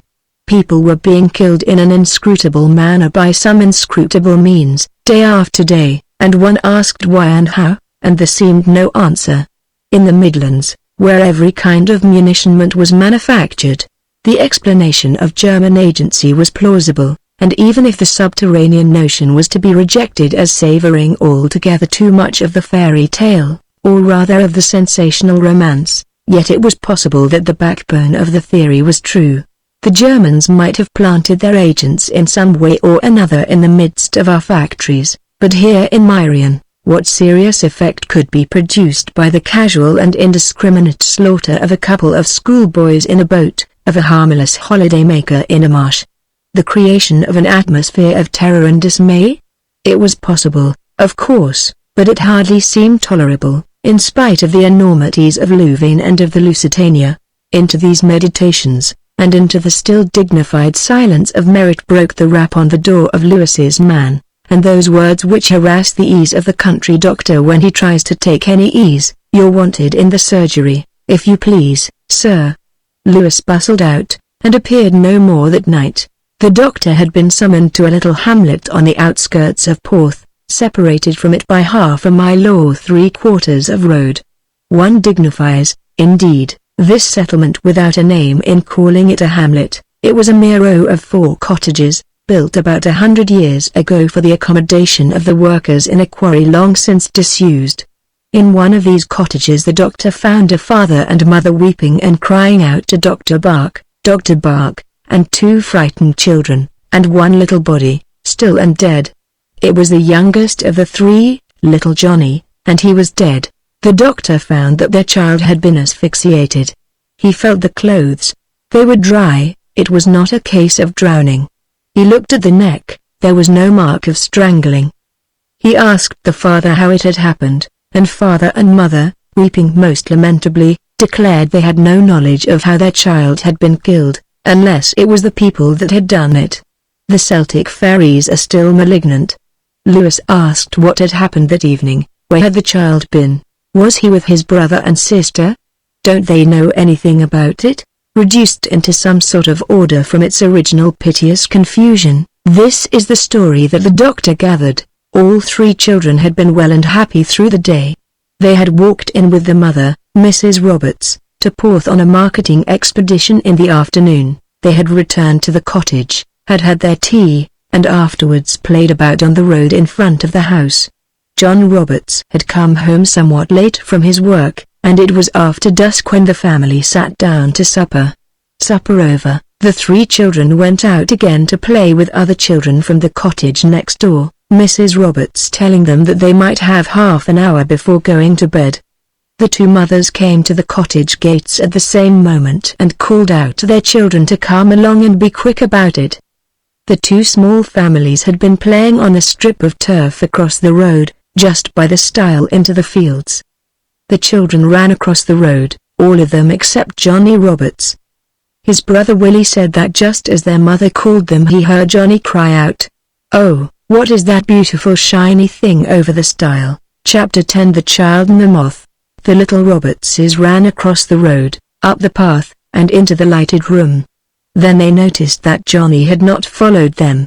Mrs. Roberts was doing something in the back kitchen, and Mr. Roberts had gone out to the shed to bring in some sticks for the next morning's fire. Mrs. Roberts heard the children run in and went on with her work. The children whispered to one another that Johnny would catch it when their mother came out of the back room and found him missing, but they expected he would run in through the open door any minute. But 6 or 7, perhaps 10, minutes passed, and there was no Johnny. Then the father and mother came into the kitchen together, and saw that their little boy was not there. They thought it was some small piece of mischief that the two other children had hidden the boy somewhere in the room, in the big cupboard perhaps. "What have you done with him then?" said Mrs. Roberts. "Come out, you little rascal, directly in a minute." There was no little rascal to come out, and Margaret Roberts, the girl, said that Johnny had not come across the road with them.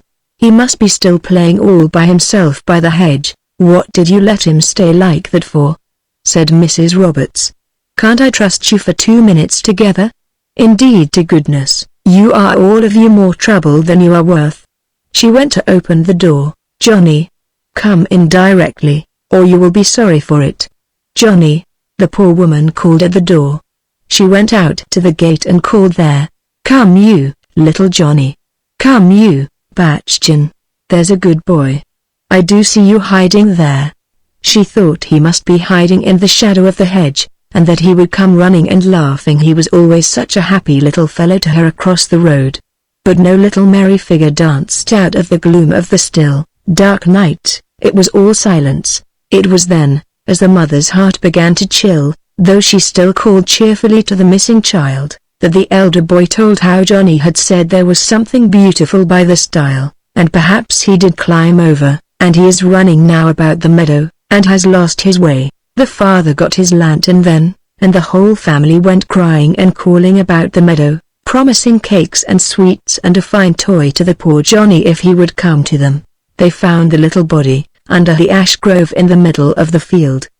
He was quite still and dead, so still that a great moth had settled on his forehead, fluttering away when they lifted him up.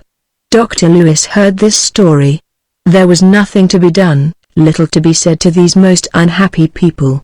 "Take care of the two that you have left to you," said the doctor as he went away. "Don't let them out of your sight if you can help it.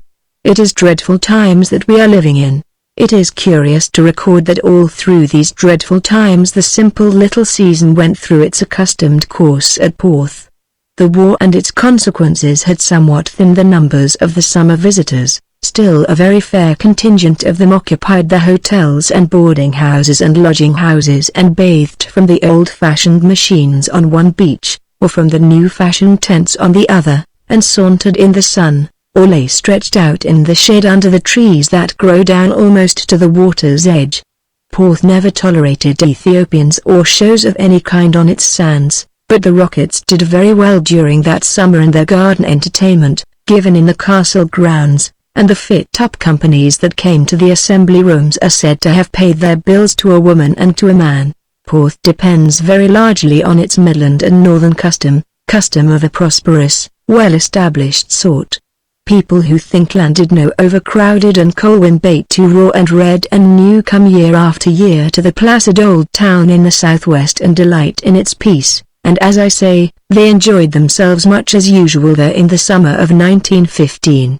Now and then they became conscious, as Mr. Merritt became conscious, that they could not wander about quite in the old way, but they accepted sentries and coast watchers and people who politely pointed out the advantages of seeing the view from this point rather than from that as very necessary consequences of the dreadful war that was being waged. Nay, as a Manchester man said, after having been turned back from his favourite walk to Castlecock, it was gratifying to think that they were so well looked after.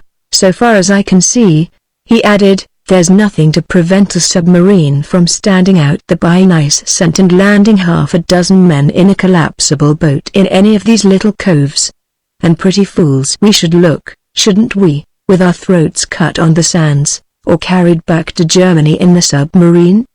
He tipped the coast watcher half a crown. "That's right, lad," he said, "you give us the tip."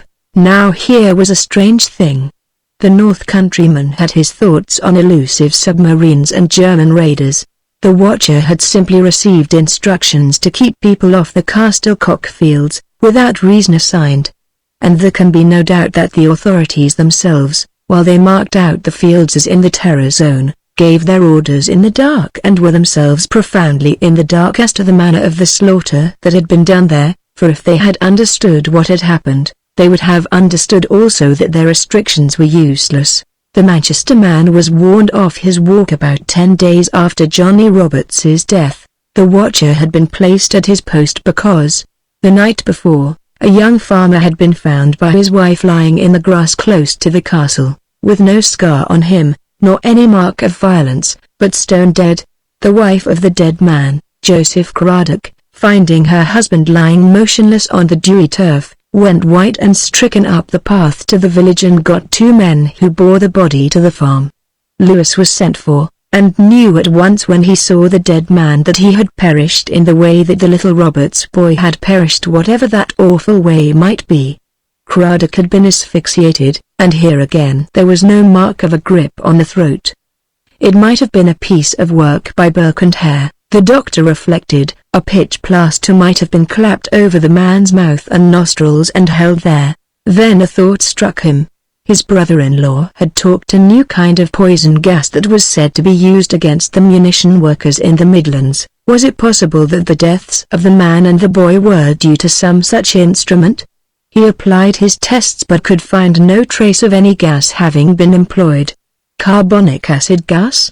A man could not be killed with that in the open air. To be fatal that required a confined space, such a position as the bottom of a huge vat or of a well. He did not know how Craddock had been killed. He confessed it to himself. He had been suffocated, that was all he could say. It seemed that the man had gone out at about 9:30 to look after some beasts. The field in which they were was about 5 minutes' walk from the house.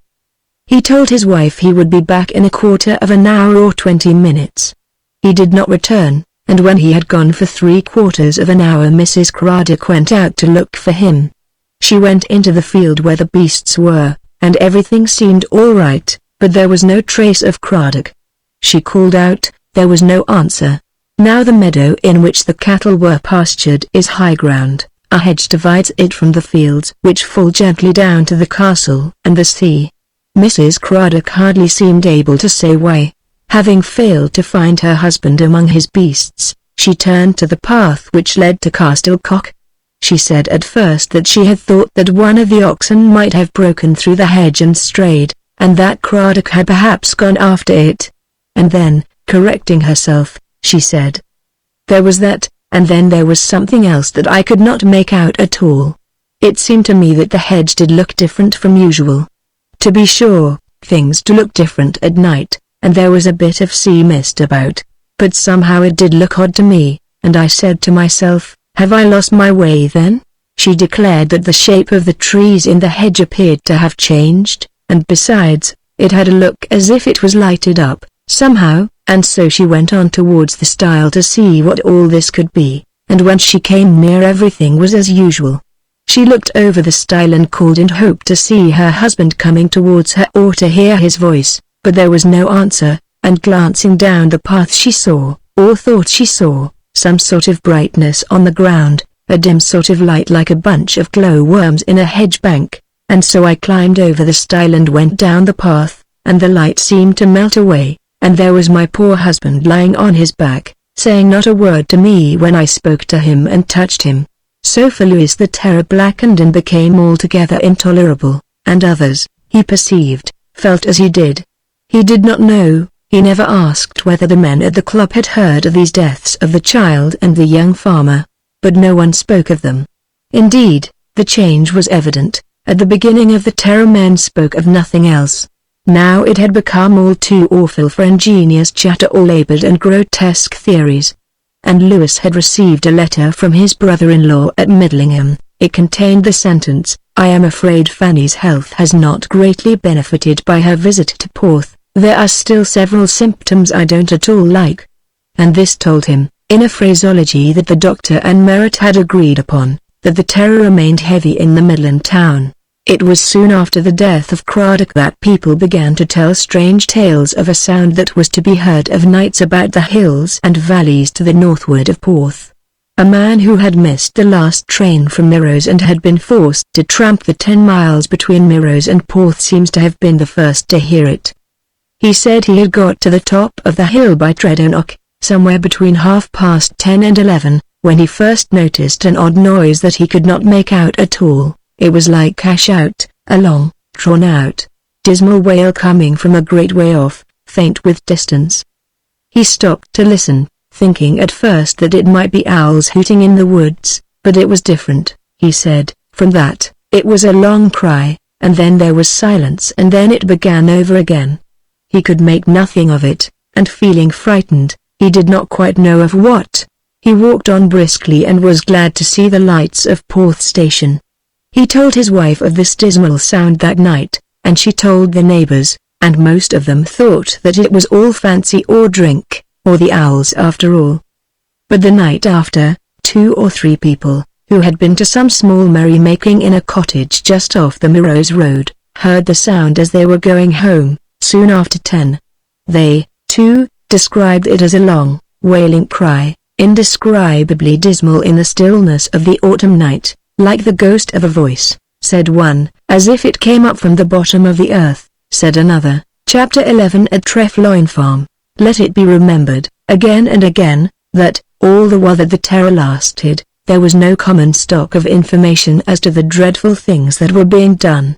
The press have not said one word upon it. There was no criterion by which the mass of the people could separate fact from mere vague rumor, no test by which ordinary misadventure or disaster could be distinguished from the achievements of the secret and awful force that was at work, and so with every event of the passing day. A harmless commercial traveler might show himself in the course of his business in the tumble-down main street of Melrose and find himself regarded with looks of fear and suspicion as a possible worker of murder, while it is likely enough that the true agents of the terror went quite unnoticed. And since the real nature of all this mystery of death was unknown, it followed easily that the signs and warnings and omens of it were all the more unknown. Here was horror, there was horror, but there was no link to join one horror with another, no common basis of knowledge from which the connection between this horror and that horror might be inferred.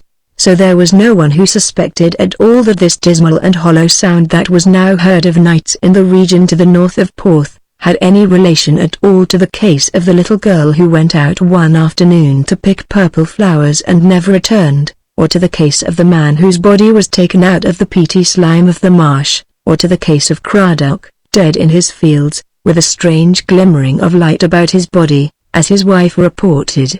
And it is a question as to how far the rumor of this melancholy, nocturnal summons got abroad at all. Lewis heard of it, as a country doctor hears of most things, driving up and down the lanes, but he heard of it without much interest, with no sense that it was in any sort of relation to the terror.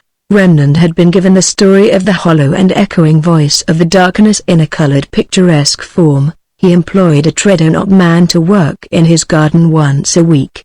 The gardener had not heard the summons himself, but he knew a man who had done so, Thomas Jenkins, Pentopin. He did put his head out late last night to see what the weather was like, and he was cutting a field of corn the next day. And he did tell me that when he was with the Methodists in Cardigan he did never hear no singing eloquence in the chapels that was like to it. He did declare it was like a wailing of Judgment Day. Remnant considered the matter, and was inclined to think that the sound must be caused by a subterranean inlet of the sea. There might be, he supposed, an imperfect or half-opened or tortuous blowhole in the Tredonock woods, and the noise of the tide, surging up below, might very well produce that effect of a hollow wailing, far away. But neither he nor anyone else paid much attention to the matter, save the few who heard the call at dead of night, as it echoed awfully over the Black Hills. The sound had been heard for 3 or perhaps 4 nights, when the people coming out of Tredonock Church after morning service on Sunday noticed that there was a big yellow sheepdog in the churchyard. The dog, it appeared, had been waiting for the congregation, for it at once attached itself to them, at first to the whole body, and then to a group of half a dozen who took the turning to the right. 2 of these presently went off over the fields to their respective houses, and 4 strolled on in the leisurely Sunday morning manner of the country, and these the dog followed, keeping to heel all the time. The men were talking hay, corn, and markets and paid no attention to the animal, and so they strolled along the autumn lane till they came to a gate in the hedge, whence a roughly made farm road went through the fields, and dipped down into the woods and to Trefloyne Farm. Then the dog became like a possessed creature. He barked furiously. He ran up to one of the men and looked up at him, as if he were begging for his life, as the man said, and then rushed to the gate and stood by it, wagging his tail and barking at intervals. The men stared and laughed. "Whose dog will it be?" said one of them. "It will be Thomas Griffith's, Dreffloin," said another. "Well, then, why doesn't he go home?" "Go home then." He went through the gesture of picking up a stone from the road and throwing it at the dog. "Go home, then. Over the gate with you." But the dog never stirred. He barked and whined and ran up to the men and then back to the gate. At last he came to one of them, and crawled and abased himself on the ground and then took hold of the man's coat and tried to pull him in the direction of the gate. The farmer shook the dog off, and the four went on their way, and the dog stood in the road and watched them and then put up its head and uttered a long and dismal howl that was despair. The four farmers thought nothing of it. Sheepdogs in the country are dogs to look after sheep, and their whims and fancies are not studied.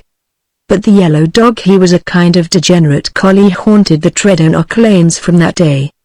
He came to a cottage door one night and scratched at it, and when it was opened lay down, and then, barking, ran to the garden gate and waited, entreating, as it seemed, the cottager to follow him. They drove him away and again he gave that long howl of anguish. It was almost as bad, they said, as the noise that they had heard a few nights before. And then it occurred to somebody, so far as I can make out with no particular reference to the odd conduct of the Dreffloin sheepdog, that Thomas Griffith had not been seen for some time past. He had missed market day at Porth, he had not been at Tredonock Church, where he was a pretty regular attendant on Sunday, and then, as heads were put together, it appeared that nobody had seen any of the Griffith family for days and days. Now in a town, even in a small town, this process of putting heads together is a pretty quick business.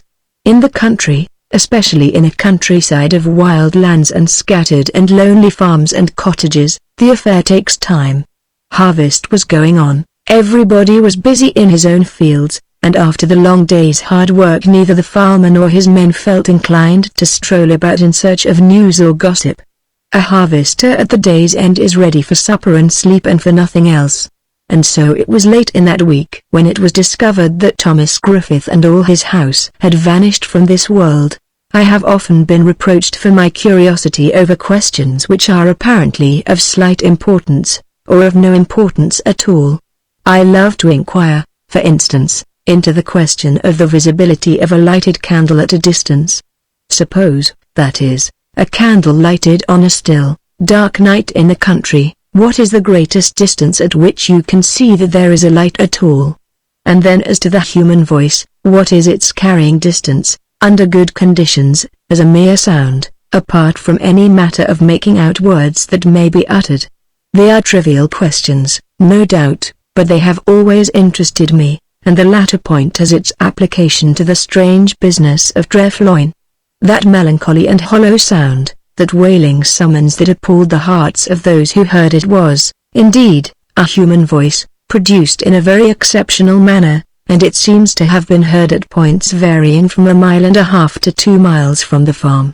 I do not know whether this is anything extraordinary, I do not know whether the peculiar method of production was calculated to increase or diminish the carrying power of the sound. Again and again I have laid emphasis in this story of the terror on the strange isolation of many of the farms and cottages in Machen. I have done so in the effort to convince the townsman of something that he has never known.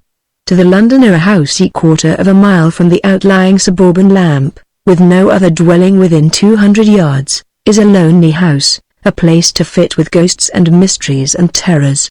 How can he understand then the true loneliness of the white farmhouses of Machen, dotted here and there, for the most part not even on the little lanes and deep winding byways, but set in the very heart of the fields, or alone on huge bastioned headlands facing the sea, and whether on the high verge of the sea or on the hills or in the hollows of the inner country, hidden from the sight of men, far from the sound of any common call. There is Pennyhow, for example, the farm from which the foolish Merritt thought he saw signals of light being made. From seaward it is of course widely visible, but from landward, owing partly to the curving and indented configuration of the bay, I doubt whether any other habitation views it from a nearer distance than 3 miles. And of all these hidden and remote places, I doubt if any is so deeply buried as Trefloyne. I have little or no Welsh, I am sorry to say, but I suppose that the name is corrupted from Trelwyn, or Trefwylwyn, the place in the grove, and indeed, it lies in the very heart of dark, overhanging woods. A deep, narrow valley runs down from the highlands of the Alt, through these woods, through steep hillsides of bracken and gorse, right down to the great marsh, whence Merritt saw the dead man being carried. The valley lies away from any road, even from that by-road, little better than a bridle path, where the four farmers, returning from church, were perplexed by the strange antics of the sheepdog. One cannot say that the valley is overlooked, even from a distance, for so narrow is it that the ash groves that trim it on either side seem to meet and shut it in.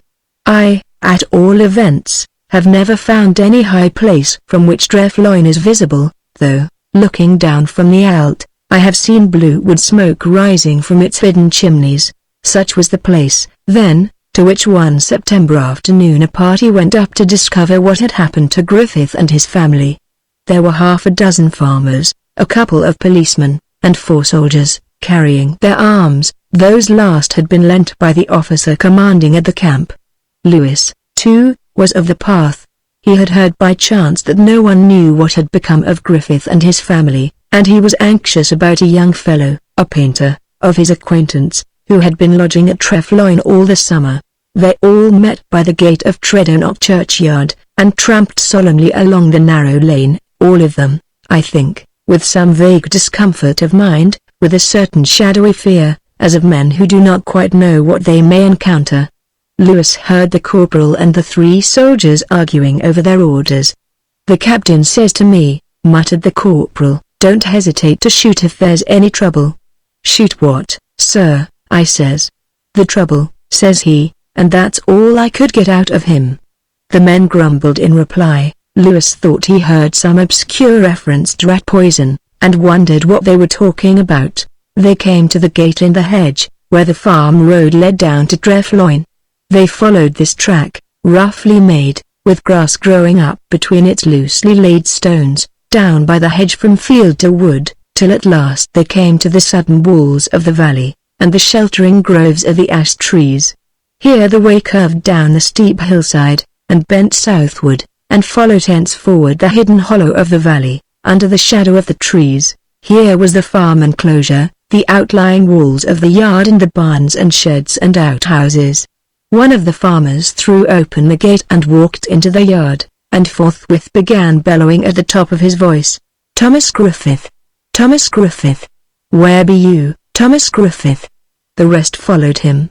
The corporal snapped out an order over his shoulder, and there was a rattling metallic noise as the men fixed their bayonets and became in an instant dreadful dealers out of death, in place of harmless fellows with a feeling for beer. "Thomas Griffith!" again bellowed the farmer. There was no answer to this summons. But they found poor Griffith lying on his face at the edge of the pond in the middle of the yard.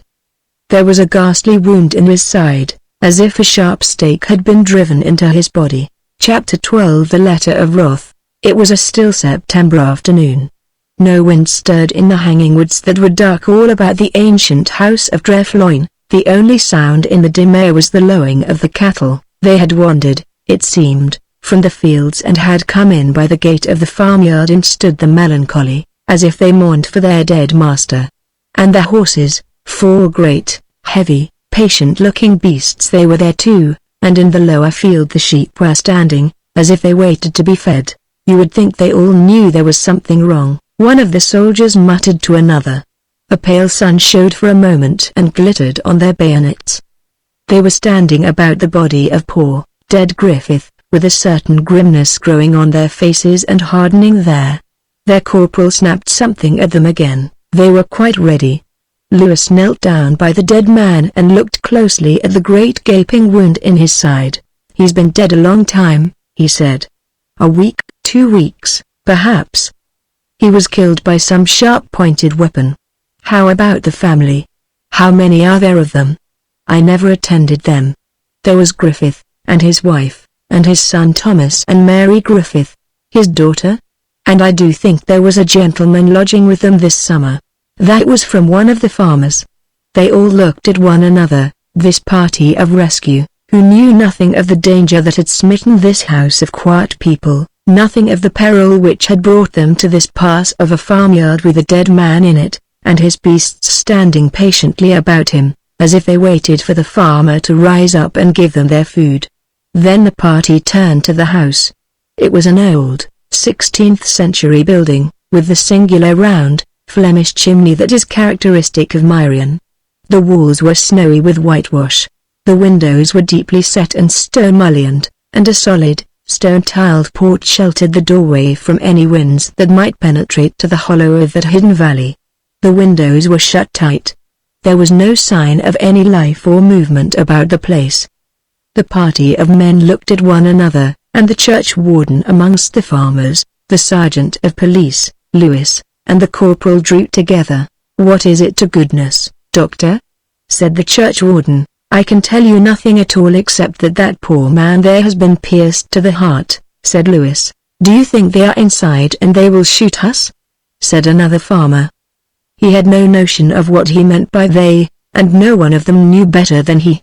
They did not know what the danger was, or where it might strike them, or whether it was from without or from within. They stared at the murdered man, and gazed dismally at one another. "Come," said Lewis, "we must do something.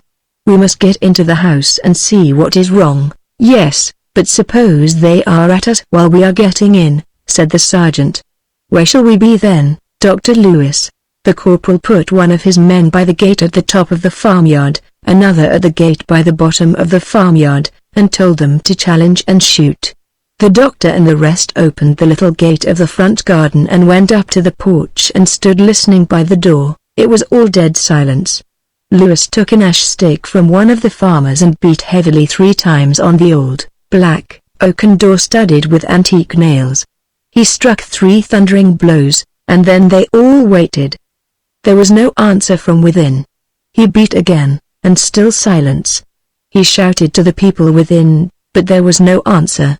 They all turned and looked at one another, that party of quest and rescue who knew not what they sought, what enemy they were to encounter. There was an iron ring on the door. Lewis turned it, but the door stood fast. It was evidently barred and bolted. The sergeant of police called out to open, but again there was no answer. They consulted together. There was nothing for it but to blow the door open, and some one of them called in a loud voice to anybody that might be within to stand away from the door, or they would be killed. And at this very moment the yellow sheepdog came bounding up the yard from the woods and licked their hands and fawned on them and barked joyfully. "Indeed now," said one of the farmers, "he did know that there was something amiss. A pity it was, Thomas Williams, that we did not follow him when he implored us last Sunday." The corporal motioned the rest of the party back, and they stood looking fearfully about them at the entrance to the porch. The corporal disengaged his bayonet and shot into the keyhole, calling out once more before he fired.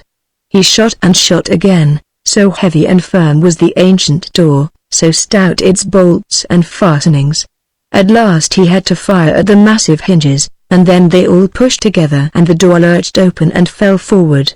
The corporal raised his left hand and stepped back a few paces. He hailed his 2 men at the top and bottom of the farmyard. They were all right, they said. Arid, so the party climbed and struggled over the fallen door into the passage, and into the kitchen of the farmhouse. Young Griffith was lying dead before the hearth, before a dead fire of whitewood ashes.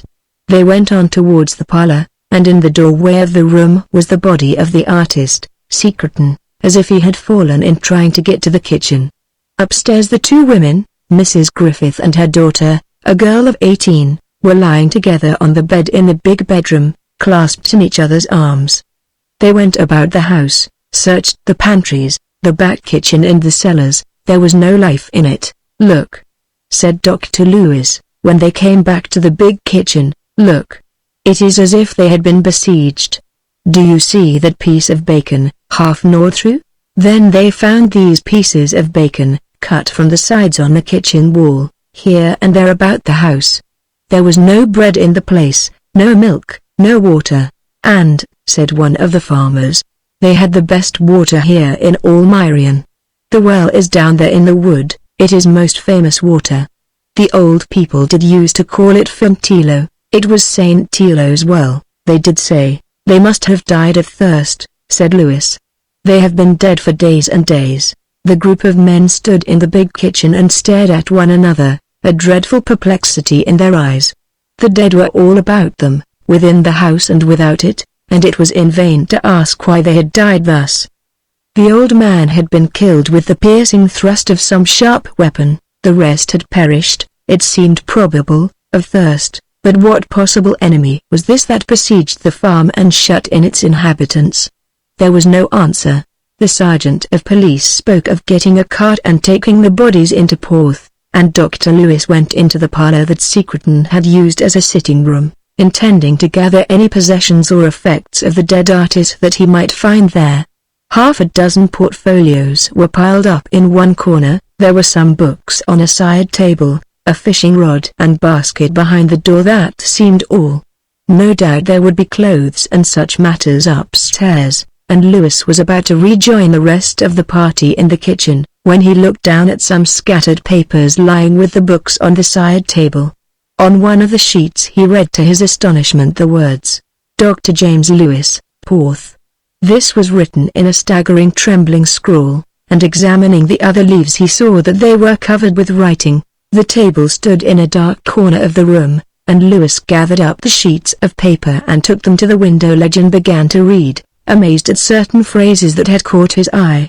But the manuscript was in disorder, as if the dead man who had written it had not been equal to the task of gathering the leaves into their proper sequence. It was some time before the doctor had each page in its place. This was the statement that he read, with ever-growing wonder, while a couple of the farmers were harnessing one of the horses in the yard to a cart, and the others were bringing down the dead women. I do not think that I can last much longer. We shared out the last drops of water a long time ago. I do not know how many days ago. We fall asleep and dream and walk about the house in our dreams, and I am often not sure whether I am awake or still dreaming, and so the days and nights are confused in my mind. I awoke not long in the passage. I had a confused feeling that I had had an awful dream which seemed horribly real, and I thought for a moment what a relief it was to know that it wasn't true, whatever it might have been.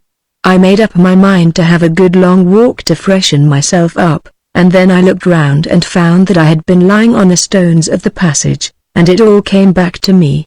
There was no walk for me. I have not seen Mrs. Griffith or her daughter for a long while. They said they were going upstairs to have a rest. I heard them moving about the room at first, now I can hear nothing. Young Griffith is lying in the kitchen, before the hearth. He was talking to himself about the harvest and the weather when I last went into the kitchen. He didn't seem to know I was there, as he went gabbling on in a low voice very fast, and then he began to call the dog, Tiger. There seems no hope for any of us. We are in the dream of death. Here the manuscript became unintelligible for half a dozen lines. Secretan had written the words dream of death 3 or 4 times over. He had begun a fresh word and scratched it out, and then followed strange, unmeaning characters, the script, as Lewis thought, of a terrible language. And then the writing became clear, clearer than it was at the beginning of the manuscript, and the sentences flowed more easily, as if the cloud on Secretan's mind had lifted for a while. There was a fresh start, as it were, and the writer began again, in ordinary letter form. Dear Lewis, I hope you will excuse all this confusion and wandering. I intended to begin a proper letter to you, and now I find all that stuff that you have been reading, if this ever gets into your hands. I have not the energy even to tear it up. If you read it you will know to what a sad pass I had come when it was written. It looks like delirium or a bad dream, and even now, though my mind seems to have cleared up a good deal, I have to hold myself in tightly to be sure that the experiences of the last days in this awful place are true, real things, not a long nightmare from which I shall wake up presently and find myself in my rooms at Chelsea. I have said of what I am writing, if it ever gets into your hands, and I am not at all sure that it ever will. If what is happening here is happening everywhere else, then I suppose the world is coming to an end. I cannot understand it, even now I can hardly believe it. I know that I dream such wild dreams and walk in such mad fancies that I have to look out and look about me to make sure that I am not still dreaming. Do you remember that talk we had about 2 months ago when I dined with you? We got on, somehow or other, to space and time, and I think we agreed that as soon as one tried to reason about space and time one was landed in a maze of contradictions. You said something to the effect that it was very curious, but this was just like a dream. A man will sometimes wake himself from his crazy dream, you said, by realizing that he is thinking nonsense. And we both wondered whether these contradictions that one can't avoid if one begins to think of time and space may not really be proofs that the whole of life is a dream, and the moon and the stars bits of nightmare. I have often thought over that lately. I kick at the walls as Dr. Johnson kicked at the stone, to make sure that the things about me are there. And then that other question gets into my mind: is the world really coming to an end, the world as we have always known it, and what on earth will this new world be like? I can't imagine it. It's a story like Noah's Ark and the flood. People used to talk about the end of the world and fire, but no one ever thought of anything like this. And then there's another thing that bothers me. Now and then I wonder whether we are not all mad together in this house. In spite of what I see and know. Or, perhaps, I should say, because what I see and know is so impossible, I wonder whether we are not all suffering from a delusion. Perhaps we are our own jailers, and we are really free to go out and live. Perhaps what we think we see is not there at all. I believe I have heard of whole families going mad together, and I may have come under the influence of the house, having lived in it for the last 4 months. I know there have been people who have been kept alive by their keepers forcing food down their throats, because they are quite sure that their throats are closed, so that they feel they are unable to swallow a morsel.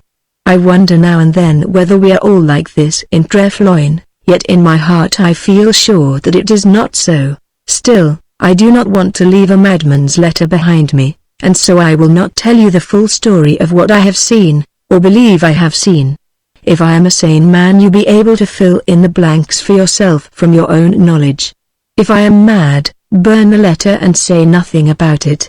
Or perhaps, and indeed, I am not quite sure, I may wake up and hear Mary Griffith calling to me in her cheerful sing-song that breakfast will be ready directly, in a minute, and I shall enjoy it and walk over to Porth and tell you the queerest, most horrible dream that a man ever had, and ask what I had better take. I think that it was on a Tuesday that we first noticed that there was something queer about, only at the time we didn't know that there was anything really queer in what we noticed. I had been out since 9 o'clock in the morning trying to paint the marsh, and I found it a very tough job. I came home about 5 or 6 o'clock and found the family at Trefloyne laughing at old Tiger, the sheepdog. He was making short runs from the farmyard to the door of the house, barking, with quick, short yelps. Mrs. Griffith and Miss Griffith were standing by the porch, and the dog would go to them, look in their faces, and then run up the farmyard to the gate, and then look back with that eager yelping bark, as if he were waiting for the women to follow him.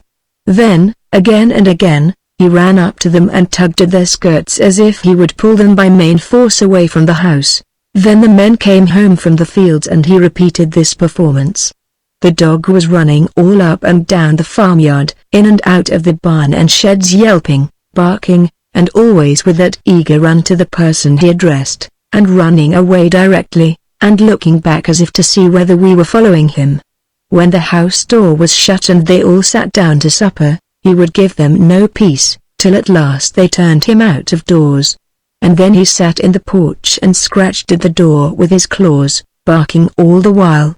When the daughter brought in my meal, she said, "We can't think what has come to old Tiger," and indeed, he has always been a good dog, too. The dog barked and yelped and whined and scratched at the door all through the evening. They let him in once, but he seemed to have become quite frantic. He ran up to one member of the family after another, his eyes were bloodshot and his mouth was foaming, and he tore at their clothes till they drove him out again into the darkness. Then he broke into a long, lamentable howl of anguish, and we heard no more of him. Chapter 13. The last words of Mr. Secretan. I slept till that night. I woke again and again from uneasy dreams, and I seemed in my sleep to hear strange calls and noises and a sound of murmurs and beatings on the door. There were deep, hollow voices, too, that echoed in my sleep, and when I woke I could hear the autumn wind, mournful, on the hills above us. I started up once with a dreadful scream in my ears, but then the house was all still, and I fell again into uneasy sleep. It was soon after dawn when I finally roused myself. The people in the house were talking to each other in high voices, arguing about something that I did not understand. "It is those damned gypsies, I tell you," said old Griffith. "What would they do a thing like that for?" asked Mrs. Griffith. "If it was stealing now, it is more likely that John Jenkins has done it out of spite," said the son. "He said that he would remember you when we did catch him poaching." They seemed puzzled and angry, so far as I could make out, but not at all frightened. I got up and began to dress. I don't think I looked out of the window. The glass on my dressing table is high and broad, and the window is small. One would have to poke one's head round the glass to see anything. The voices were still arguing downstairs. I heard the old man say, "Well, here's for a beginning anyhow," and then the door slammed.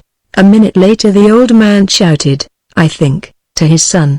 Then there was a great noise which I will not describe more particularly, and a dreadful screaming and crying inside the house and a sound of rushing feet. They all cried out at once to each other. I heard the daughter crying, "It is no good, mother, he is dead. Indeed they have killed him," and Mrs. Griffith screaming to the girl to let her go. And then one of them rushed out of the kitchen and shot the great bolts of oak across the door, just as something beat against it with a thundering crash. I ran downstairs. I found them all in wild confusion, in an agony of grief and horror and amazement. They were like people who had seen something so awful that they had gone mad. I went to the window looking out on the farmyard. I won't tell you all that I saw. But I saw poor old Griffith lying by the pond, with blood pouring out of his side. I wanted to go out to him and bring him in. But they told me that he must be stone dead, and such things also, that it was quite plain that anyone who went out of the house would not live more than a moment. We could not believe it, even as we gazed at the body of the dead man, but it was there. I used to wonder sometimes what one would feel like if one saw an apple drop from the tree and shoot up into the air and disappear. I think I know now how one would feel. Even then we couldn't believe that it would last. We were not seriously afraid for ourselves. We spoke of getting out in an hour or two, before dinner anyhow. It couldn't last, because it was impossible. Indeed, at 12 o'clock young Griffith said he would go down to the well by the back way and draw another pail of water. I went to the door and stood by it. He had not gone a dozen yards before they were on him. He ran for his life, and we had all we could do to bar the door in time. And then I began to get frightened. Still we could not believe in it. Somebody would come along shouting in an hour or two and it would all melt away and vanish. There could not be any real danger. There was plenty of bacon in the house, and half the weekly baking of loaves and some beer in the cellar and a pound or so of tea, and a whole pitcher of water that had been drawn from the well the night before. We could do all right for the day, and in the morning it would have all gone away, but day followed day and it was still there. I knew Trefloyne was a lonely place. That was why I had gone there, to have a long rest from all the jangle and rattle and turmoil of London, that makes a man alive and kills him too. I went to Trefloyne because it was buried in the narrow valley under the ash trees, far away from any track. There was not so much as a footpath that was near it. No one ever came that way. Young Griffith had told me that it was 1.5 miles to the nearest house, and the thought of the silent peace and retirement of the farm used to be a delight to me, and now this thought came back without delight, with terror. Griffith thought that a shout might be heard on a still night up away on the Alt, if a man was listening for it. He added, doubtfully. My voice was clearer and stronger than his, and on the second night I said I would go up to my bedroom and call for help through the open window. I waited till it was all dark and still, and looked out through the window before opening it. And when I saw over the ridge of the long barn across the yard what looked like a tree, though I knew there was no tree there, It was a dark mass against the sky, with widespread boughs, a tree of thick, dense growth. I wondered what this could be, and I threw open the windows, not only because I was going to call for help, but because I wanted to see more clearly what the dark growth over the barn really was. I saw in the depth of the dark of it points of fire, and colors in light, all glowing and moving, and the air trembled. I stared out into the night, and the dark tree lifted over the roof of the barn and rose up in the air and floated towards me. I did not move till at the last moment when it was close to the house, and then I saw what it was and banged the window down only just in time. I had to fight, and I saw the tree that was like a burning cloud rise up in the night and sink again and settle over the barn. I told them downstairs of this. They sat with white faces, and Mrs. Griffith said that ancient devils were let loose and had come out of the trees and out of the old hills because of the wickedness that was on the earth. She began to murmur something to herself, something that sounded to me like broken-down Latin. I went up to my room again an hour later, but the dark tree swelled over the barn. Another day went by, and at dusk I looked out, but the eyes of fire were watching me. I dared not open the window. And then I thought of another plan. There was the great old fireplace, with the round Flemish chimney going high above the house. If I stood beneath it and shouted, I thought perhaps the sound might be carried better than if I called out of the window. For all I knew, the round chimney might act as a sort of megaphone. Night after night, then, I stood in the hearth and called for help from 9 o'clock to 11. I thought of the lonely place, deep in the valley of the ash trees, of the lonely hills and lands about it. I thought of the little cottages far away and hoped that my voice might reach to those within them. I thought of the winding lane high on the Allet, and of the few men that came there of nights, but I hoped that my cry might come to one of them. But we had drunk up the beer, and we would only let ourselves have water by little drops, and on the fourth night my throat was dry, and I began to feel strange and weak. I knew that all the voice I had in my lungs would hardly reach the length of the field of the farm. It was then we began to dream of wells and fountains, and water coming very cold, in little drops, out of rocky places in the middle of a cool wood. We had given up all meals. Now and then one would cut a lump from the sides of bacon on the kitchen wall and chew a bit of it, but the saltness was like fire. There was a great shower of rain one night. The girl said we might open a window and hold out bowls and basins and catch the rain. I spoke of the cloud with burning eyes. She said, "We will go to the window in the dairy at the back, and one of us can get some water at all events." She stood up with her basin on the stone slab in the dairy and looked out and heard the plashing of the rain, falling very fast. And she unfastened the catch of the window and had just opened it gently with one hand, for about an inch, and had her basin in the other hand. And then, said she, there was something that began to tremble and shudder and shake as it did when we went to the choral festival at Street Telos, and the organ played, and there was the cloud in the burning close before me. And then we began to dream, as I say. I woke up in my sitting room one hot afternoon when the sun was shining, and I had been looking and searching in my dream all through the house, and I had gone down to the old cellar that wasn't used, the cellar with the pillars and the vaulted room, with an iron pike in my hand. Something said to me that there was water there, and in my dream I went to a heavy stone by the middle pillar and raised it up, and the beneath was a bubbling well of cold, clear water, and I had just hollowed my hand to drink it when I woke. I went into the kitchen and told young Griffith. I said I was sure there was water there. He shook his head, but he took up the great kitchen poker and we went down to the old cellar. I showed him the stone by the pillar, and he raised it up. But there was no well. Do you know, I reminded myself of many people whom I have met in life? I would not be convinced. I was sure that, after all, there was a well there. They had a butcher's cleaver in the kitchen and I took it down to the old cellar and hacked at the ground with it. The others didn't interfere with me. We were getting past that. We hardly ever spoke to one another. Each one would be wandering about the house, upstairs and downstairs, each one of us, I suppose, bent on his own foolish plan and mad design, but we hardly ever spoke. Years ago, I was an actor for a bit, and I remember how it was on first nights. the actors treading softly up and down the wings, by their entrance, their lips moving and muttering over the words of their parts, but without a word for one another. So it was with us. I came upon young Griffith one evening evidently trying to make a subterranean passage under one of the walls of the house. I knew he was mad, as he knew I was mad when he saw me digging for a well in the cellar, but neither said anything to the other. Now we are past all this. We are too weak. We dream when we are awake, and when we dream we think we wake.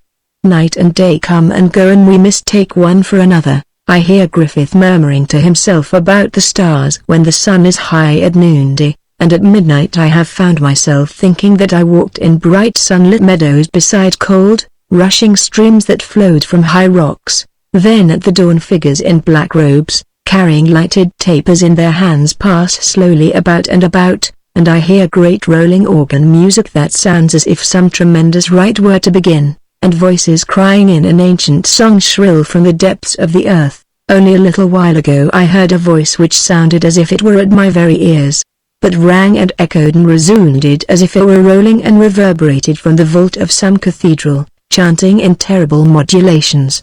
I heard the words quite clearly: Incipit libera Domini de nostri. Here beginneth the book of the wrath of the Lord our God. And then the voice sang the word Aleph, prolonging it. It seemed through ages, and the light was extinguished as it began the chapter.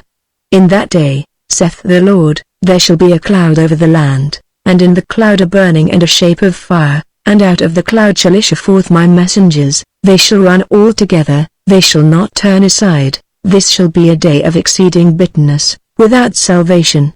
And on every high hill, saith the Lord of hosts, I will set my sentinels, and my armies shall encamp in the place of every valley. In the house that is amongst rushes I will execute judgment, and in vain shall they fly for refuge to the munitions of the rocks.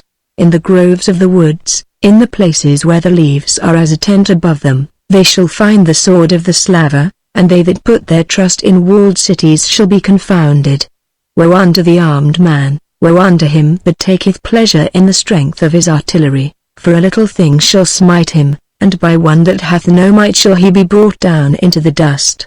That which is low shall be set on high. I will make the lamb and the young sheep to be as the lion from the swellings of Jordan. They shall not spare, saith the Lord, and the doves shall be as eagles on the hill in Judah. None shall be found that may abide the onset of their battle. Even now I can hear the voice rolling far away, as if it came from the altar of a great church, and I stood at the door. There are lights very far away in the hollow of a vast darkness, and one by one they are put out. I hear a voice, chanting again with that endless modulation that climbs and aspires to the stars, and shines there, and rushes down to the dark depths of the earth, again to ascend. The word is Zain. Here the manuscript lapsed again, and finally into utter, lamentable confusion. There were scrawled lines wavering across the page on which Secretan seemed to have been trying to note the unearthly music that swelled in his dying ears. As the scrapes and scratches of ink showed, he had tried hard to begin a new sentence. The pen had dropped at last out of his hand upon the paper, leaving a blot and a smear upon it. Lewis heard the tramp of feet along the passage. They were carrying out the dead to the cart. Chapter 14 The End of the Terror. Dr. Lewis maintained that we should never begin to understand the real significance of life until we began to study just those aspects of it which we now dismiss and overlook as utterly inexplicable, and therefore, unimportant. We were discussing a few months ago the awful shadow of the terror which at length had passed away from the land. I had formed my opinion, partly from observation, partly from certain facts which had been communicated to me, and the passwords having been exchanged, I found that Lewis had come by very different ways to the same end. And yet, he said, it is not a true end, or rather, it is like all the ends of human inquiry, it leads one to a great mystery. We must confess that what has happened might have happened at any time in the history of the world. It did not happen till a year ago, as a matter of fact, and therefore we made up our minds that it never could happen, or, one would better say, it was outside the range even of imagination. But this is our way. Most people are quite sure that the Black Death, otherwise the plague, will never invade Europe again. They have made up their complacent minds that it was due to dirt and bad drainage. As a matter of fact, the plague had nothing to do with dirt or with drains, and there is nothing to prevent its ravaging England tomorrow. But if you tell people so, they won't believe you. They won't believe in anything that isn't there at the particular moment when you are talking to them. As with the plague, so with the terror. We could not believe that such a thing could ever happen. Remnant said, truly enough, that whatever it was outside theory, outside our theory. Flatland cannot believe in the cube or the sphere. I agreed with all this. I added that sometimes the world was incapable of seeing, much less believing, that which was before its own eyes. Look, I said, at any 18th century print of a Gothic cathedral. You will find that the trained artistic eye even could not behold in any true sense the building that was before it. I have seen an old print of Peterborough Cathedral that looks as if the artist had drawn it from a clumsy model, constructed of bent wire and children's bricks, exactly, because Gothic was outside the aesthetic theory, and therefore vision, of the time. You can't believe what you don't see, rather, you can't see what you don't believe. It was so during the time of the terror. All this bears out what Coleridge said as to the necessity of having the idea before the facts could be of any service to one. Of course, he was right, mere facts, without the correlating idea, and nothing and lead to no conclusion. We had plenty of facts, but we could make nothing of them. I went home at the tail of that dreadful procession from Dreffloin in a state of mind very near to madness. I heard one of the soldiers saying to the other, "There's no rat that'll spike a man to the heart, Bill."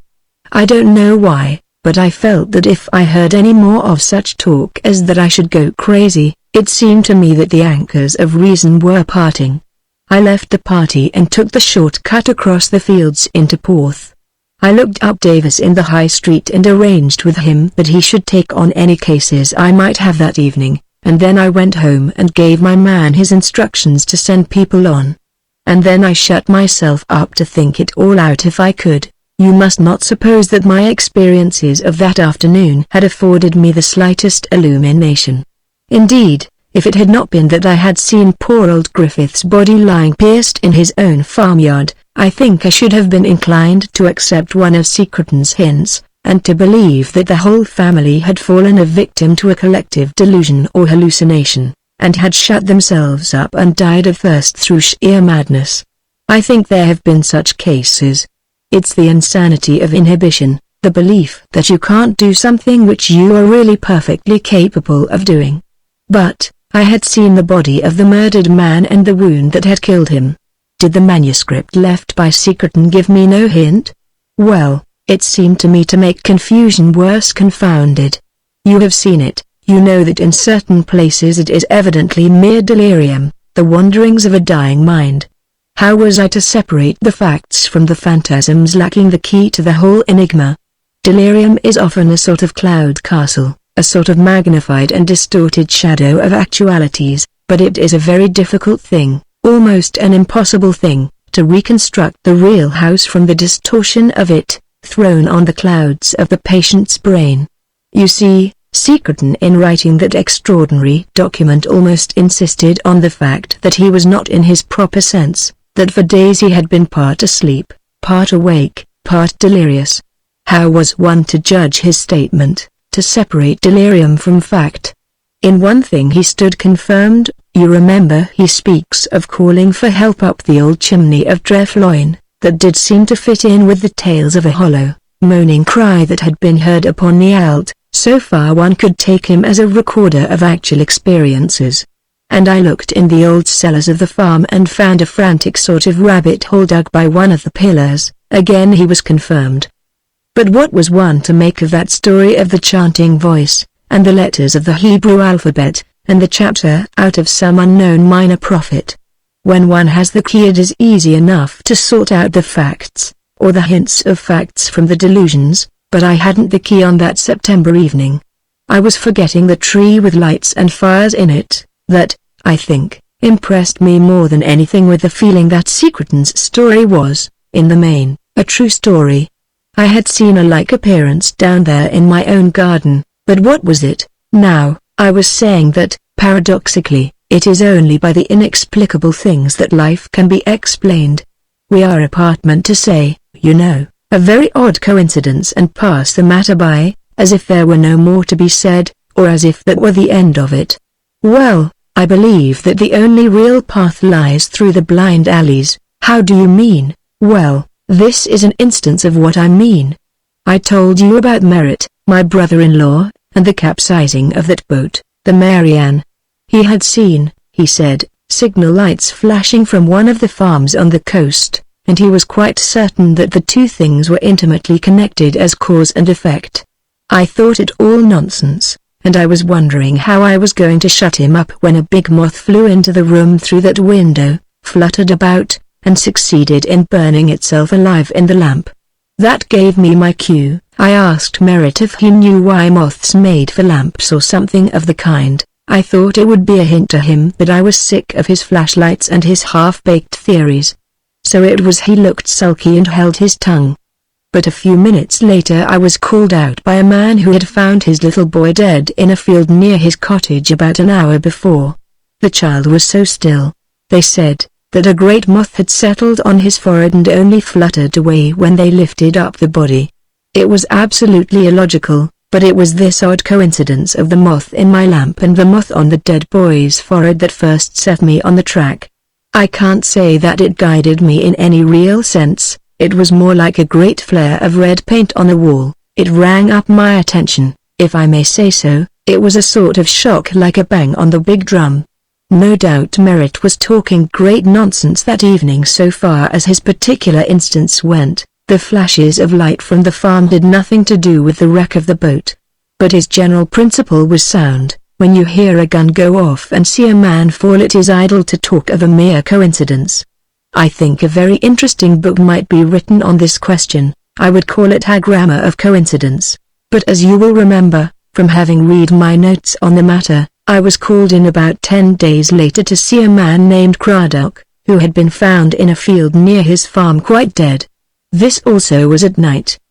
His wife found him, and there were some very queer things in her story.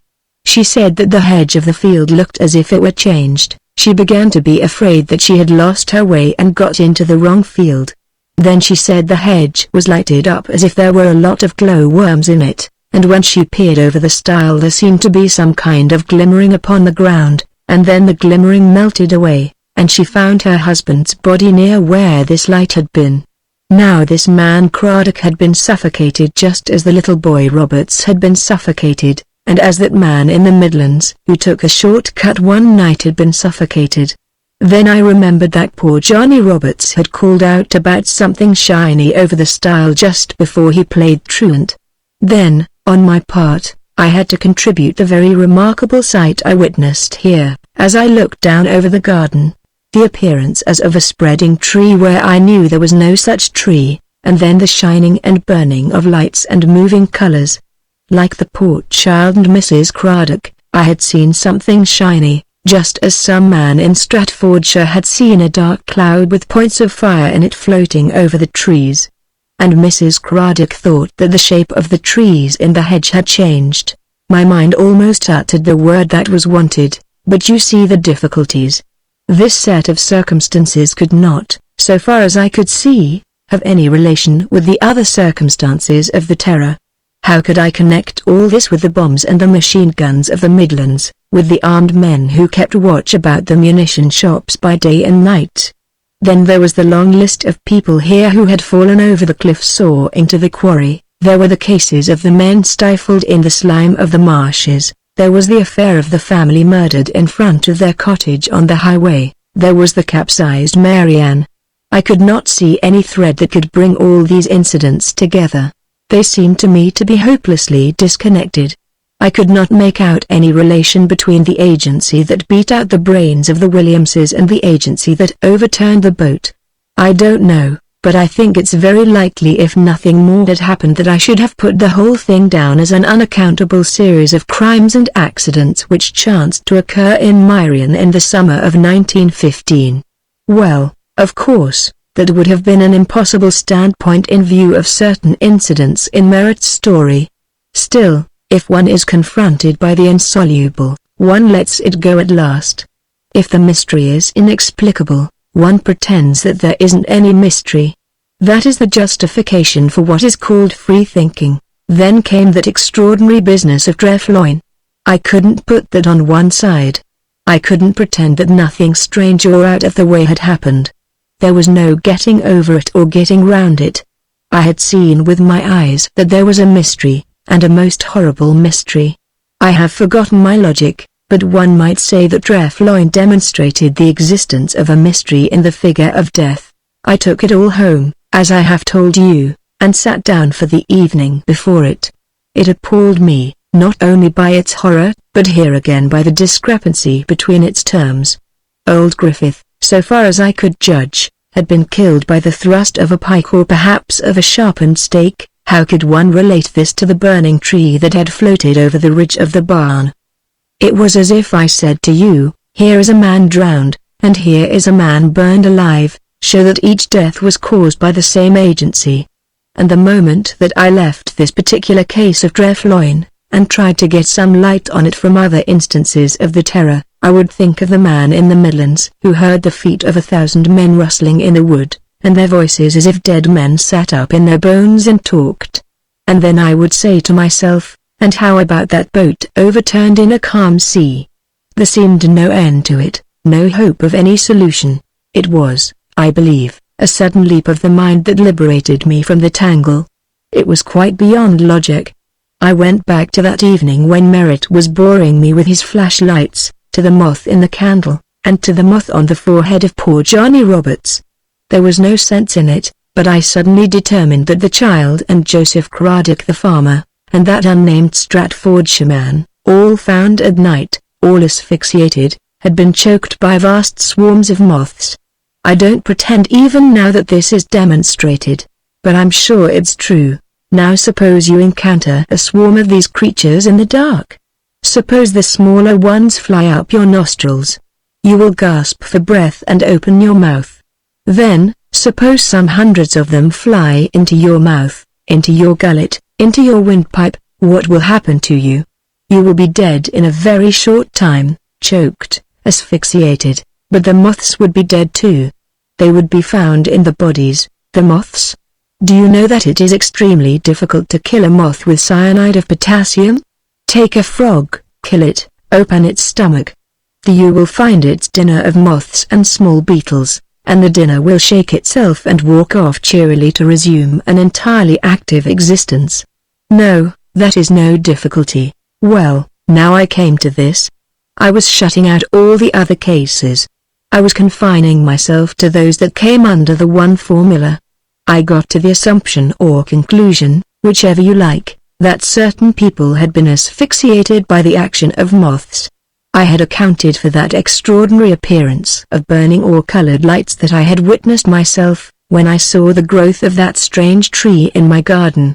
That was clearly the cloud with points of fire in it that the Stratfordshire man took for a new and terrible kind of poison gas. That was the shiny something that poor little Johnny Roberts had seen over the stile. That was the glimmering light that had led Mrs. Craddock to her husband's dead body. That was the assemblage of terrible eyes that had watched over Drefloyne by night. Once on the right track I understood all this, for coming into this room in the dark, I have been amazed by the wonderful burning and the strange fiery colors of the eyes of a single moth, as it crept up the pane of glass, outside. Imagine the effect of myriads of such eyes, of the movement of these lights and fires in a vast swarm of moths, each insect being in constant motion while it kept its place in the mass. I felt that all this was clear and certain. Then the next step. Of course, we know nothing really about moths, rather, we know nothing of moth reality. For all I know there may be hundreds of books which treat of moth and nothing but moth. But these are scientific books, and science only deals with surfaces. It has nothing to do with realities. It is impertinent if it attempts to do with realities. To take a very minor matter, we don't even know why the moth desires the flame. But we do know what the moth does not do. It does not gather itself into swarms with the object of destroying human life. But here, by the hypothesis, were cases in which the moth had done this very thing, The moth race had entered, it seemed, into a malignant conspiracy against the human race. It was quite impossible, no doubt, that is to say, it had never happened before, but I could see no escape from this conclusion. These insects, then, were definitely hostile to man, and then I stopped, for I could not see the next step, obvious though it seems to me now. I believe that the soldiers' scraps of talk on the way to Trefloin and back flung the next plank over the gulf. They had spoken of rat poison, of no rat being able to spike a man through the heart, and then, suddenly, I saw my way clear. If the moths were infected with hatred of men, and possessed the design and the power of combining against him, why not suppose this hatred, this design, this power shared by other non-human creatures? The secret of the terror might be condensed into a sentence: the animals had revolted against men. Now, the puzzle became easy enough. One had only to classify. Take the cases of the people who met their deaths by falling over cliffs or over the edge of quarries. We think of sheep as timid creatures, who always ran away. But suppose sheep that don't run away, and, after all, in reason, why should they run away? Quarry or no quarry, cliff or no cliff, what would happen to you if 100 sheep ran after you instead of running from you? There would be no help for it. They would have you down and beat you to death or stifle you. Then suppose man, woman, or child near a cliff's edge or a quarry side, and a sudden rush of sheep. Clearly there is no help, there is nothing for it but to go over. There can be no doubt that that is what happened in all these cases. And again, you know the country and you know how a herd of cattle will sometimes pursue people through the fields in a solemn, stolid sort of way. They behave as if they wanted to close in on you. Townspeople sometimes get frightened and scream and run. You or I would take no notice, or at the utmost, wave our sticks at the herd, which will stop dead or lumber off. But suppose they don't lumber off. The mildest old cow, remember, is stronger than any man. What can one man or half a dozen men do against 100 of these beasts no longer restrained by that mysterious inhibition, which has made for ages the strong the humble slaves of the weak? But if you are botanizing in the marsh, like that poor fellow who was staying at Porth, and 40 or 50 young cattle gradually closed round you, and refuse to move when you shout and wave your stick, but get closer and closer instead, and get you into the slime. Again, where is your help? If you haven't got an automatic pistol, you must go down and stay down, while the beasts lie quietly on you for 5 minutes. It was a quicker death for poor Griffith of Trefloin. One of his own beasts gored him to death with one sharp thrust of its horn into his heart. And from that morning those within the house were closely besieged by their own cattle and horses and sheep, and when those unhappy people within opened a window to call for help or to catch a few drops of rain water to relieve their burning thirst, the cloud waited for them with its myriad eyes of fire. Can you wonder that Secretan's statement reads in places like Mania? You perceive the horrible position of those people in Trefloin. Not only did they see death advancing on them, but advancing with incredible steps, as if one were to die not only in nightmare but by nightmare. But no one in his wildest, most fiery dreams had ever imagined such a fate. I am not astonished that Secretan at one moment suspected the evidence of his own senses, at another surmised that the world's end had come. And how about the Williamses who were murdered on the highway near here? The horses were the murderers, the horses that afterwards stampeded the camp below. By some means which is still obscure to me they lured that family into the road and beat their brains out. Their shod hooves were the instruments of execution. And, as for the Marianne, the boat that was capsized, I have no doubt that it was overturned by a sudden rush of the porpoises that were gambling about in the water of Larnac Bay. A porpoise is a heavy beast. 6 of them could easily upset a light-rowing boat. The munition works? Their enemy was rats. I believe that it has been calculated that in Greater London the number of rats is about equal to the number of human beings, that is, there are about 7 millions of them. The proportion would be about the same in all the great centers of population, and the rat, moreover, is, on occasion, migratory in its habits. You can understand now that story of the Semiramis, beating about the mouth of the Thames, and at last cast away by our Kakan, her only crew dry heaps of bones. The rat is an expert boarder of ships. And so one can understand the tale told by the frightened man who took the path by the wood that led up from the new munition works. He thought he heard 1,000 men treading softly through the wood and chattering to one another in some horrible tongue. What he did hear was the marshalling of an army of rats, their array before the battle. And conceive the terror of such an attack. Even one rat in a fury is said to be an ugly customer to meet. Conceive then, the eruption of these terrible, swarming myriads, rushing upon the helpless, unprepared, astonished workers in the munition shops. There can be no doubt, I think, that Dr. Lewis was entirely justified in these extraordinary conclusions. As I say, I had arrived at pretty much the same end, by different ways, but this rather as to the general situation, while Lewis had made his own particular study of those circumstances of the terror that were within his immediate purview, as a physician in large practice in the southern part of Myrian. Of some of the cases which he reviewed he had, no doubt, no immediate or first-hand knowledge, but he judged these instances by their similarity to the facts which had come under his personal notice.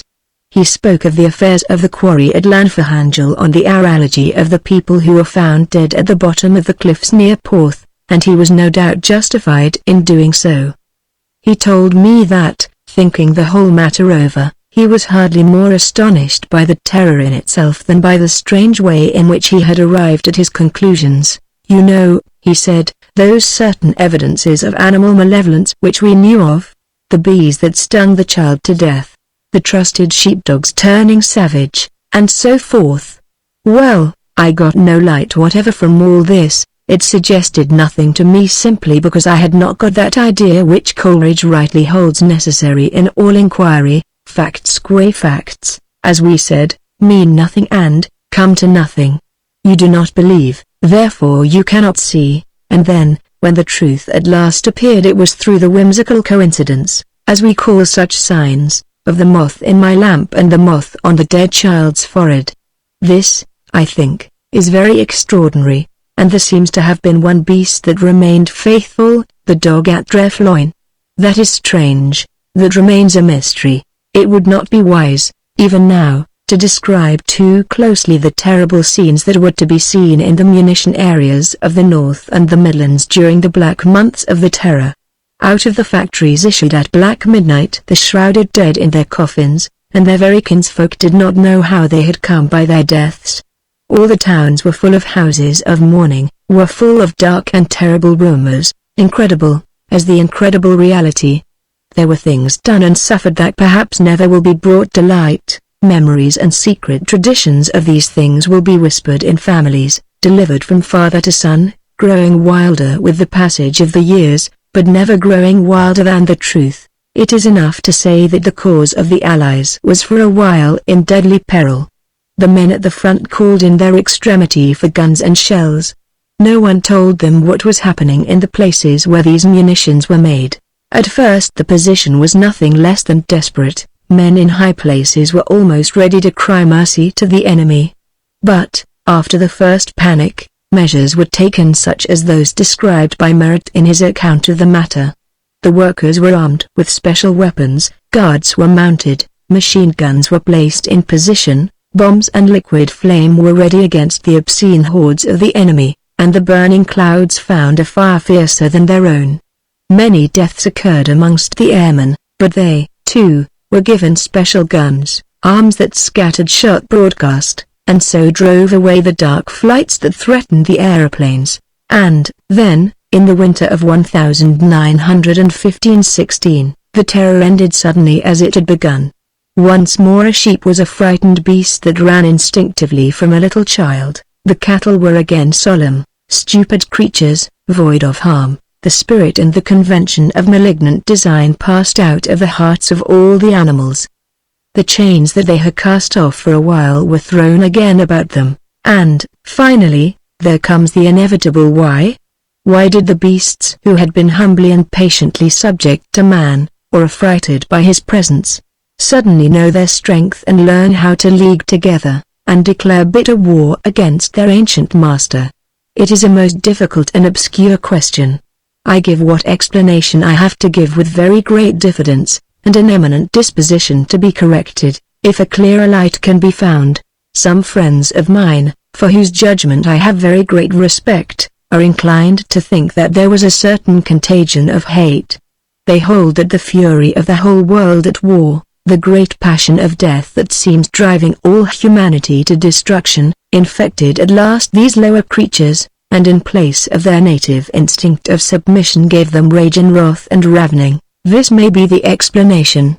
I cannot say that it is not so, because I do not profess to understand the working of the universe. But I confess that the theory strikes me as fanciful. There may be a contagion of hate as there is a contagion of smallpox. I do not know, but I hardly believe it. In my opinion, and it is only an opinion, the source of the great revolt of the beasts is to be sought in a much subtler region of inquiry. I believe that the subjects revolted because the king abdicated. Man has dominated the beasts throughout the ages. The spiritual has reigned over the rational through the peculiar quality and grace of spirituality that men possess, that makes a man to be that which he is. And when he maintained this power and grace, I think it is pretty clear that between him and the animals there was a certain treaty and alliance. There was supremacy on the one hand, and submission on the other, but at the same time there was between the two that cordiality which exists between lords and subjects in a well-organized state. I know a socialist who maintains that Chaucer's Canterbury Tales give a picture of true democracy. I do not know about that, but I see that knight and miller were able to get on quite pleasantly together, just because the knight knew that he was a knight and the miller knew that he was a miller. If the knight had had conscientious objections to his knightly grade, while the miller saw no reason why he should not be a knight, I am sure that their intercourse would have been difficult, unpleasant, and perhaps murderous. So with man. I believe in the strength and truth of tradition. A learned man said to me a few weeks ago, when I have to choose between the evidence of tradition and the evidence of a document, I always believe the evidence of tradition. Documents may be falsified, and often are falsified. Tradition is never falsified. This is true, and, therefore, I think, one may put trust in the vast body of folklore which asserts that there was once a worthy and friendly alliance between man and the beasts. Our popular tale of Dick Whittington and his cat no doubt represents the adaptation of a very ancient legend to a comparatively modern personage, but we may go back into the ages and find the popular tradition asserting that not only are the animals the subjects, but also the friends of man. All that was in virtue of that singular spiritual element in man which the rational animals do not possess. Spiritual does not mean respectable, it does not even mean moral, it does not mean good in the ordinary acceptation of the word.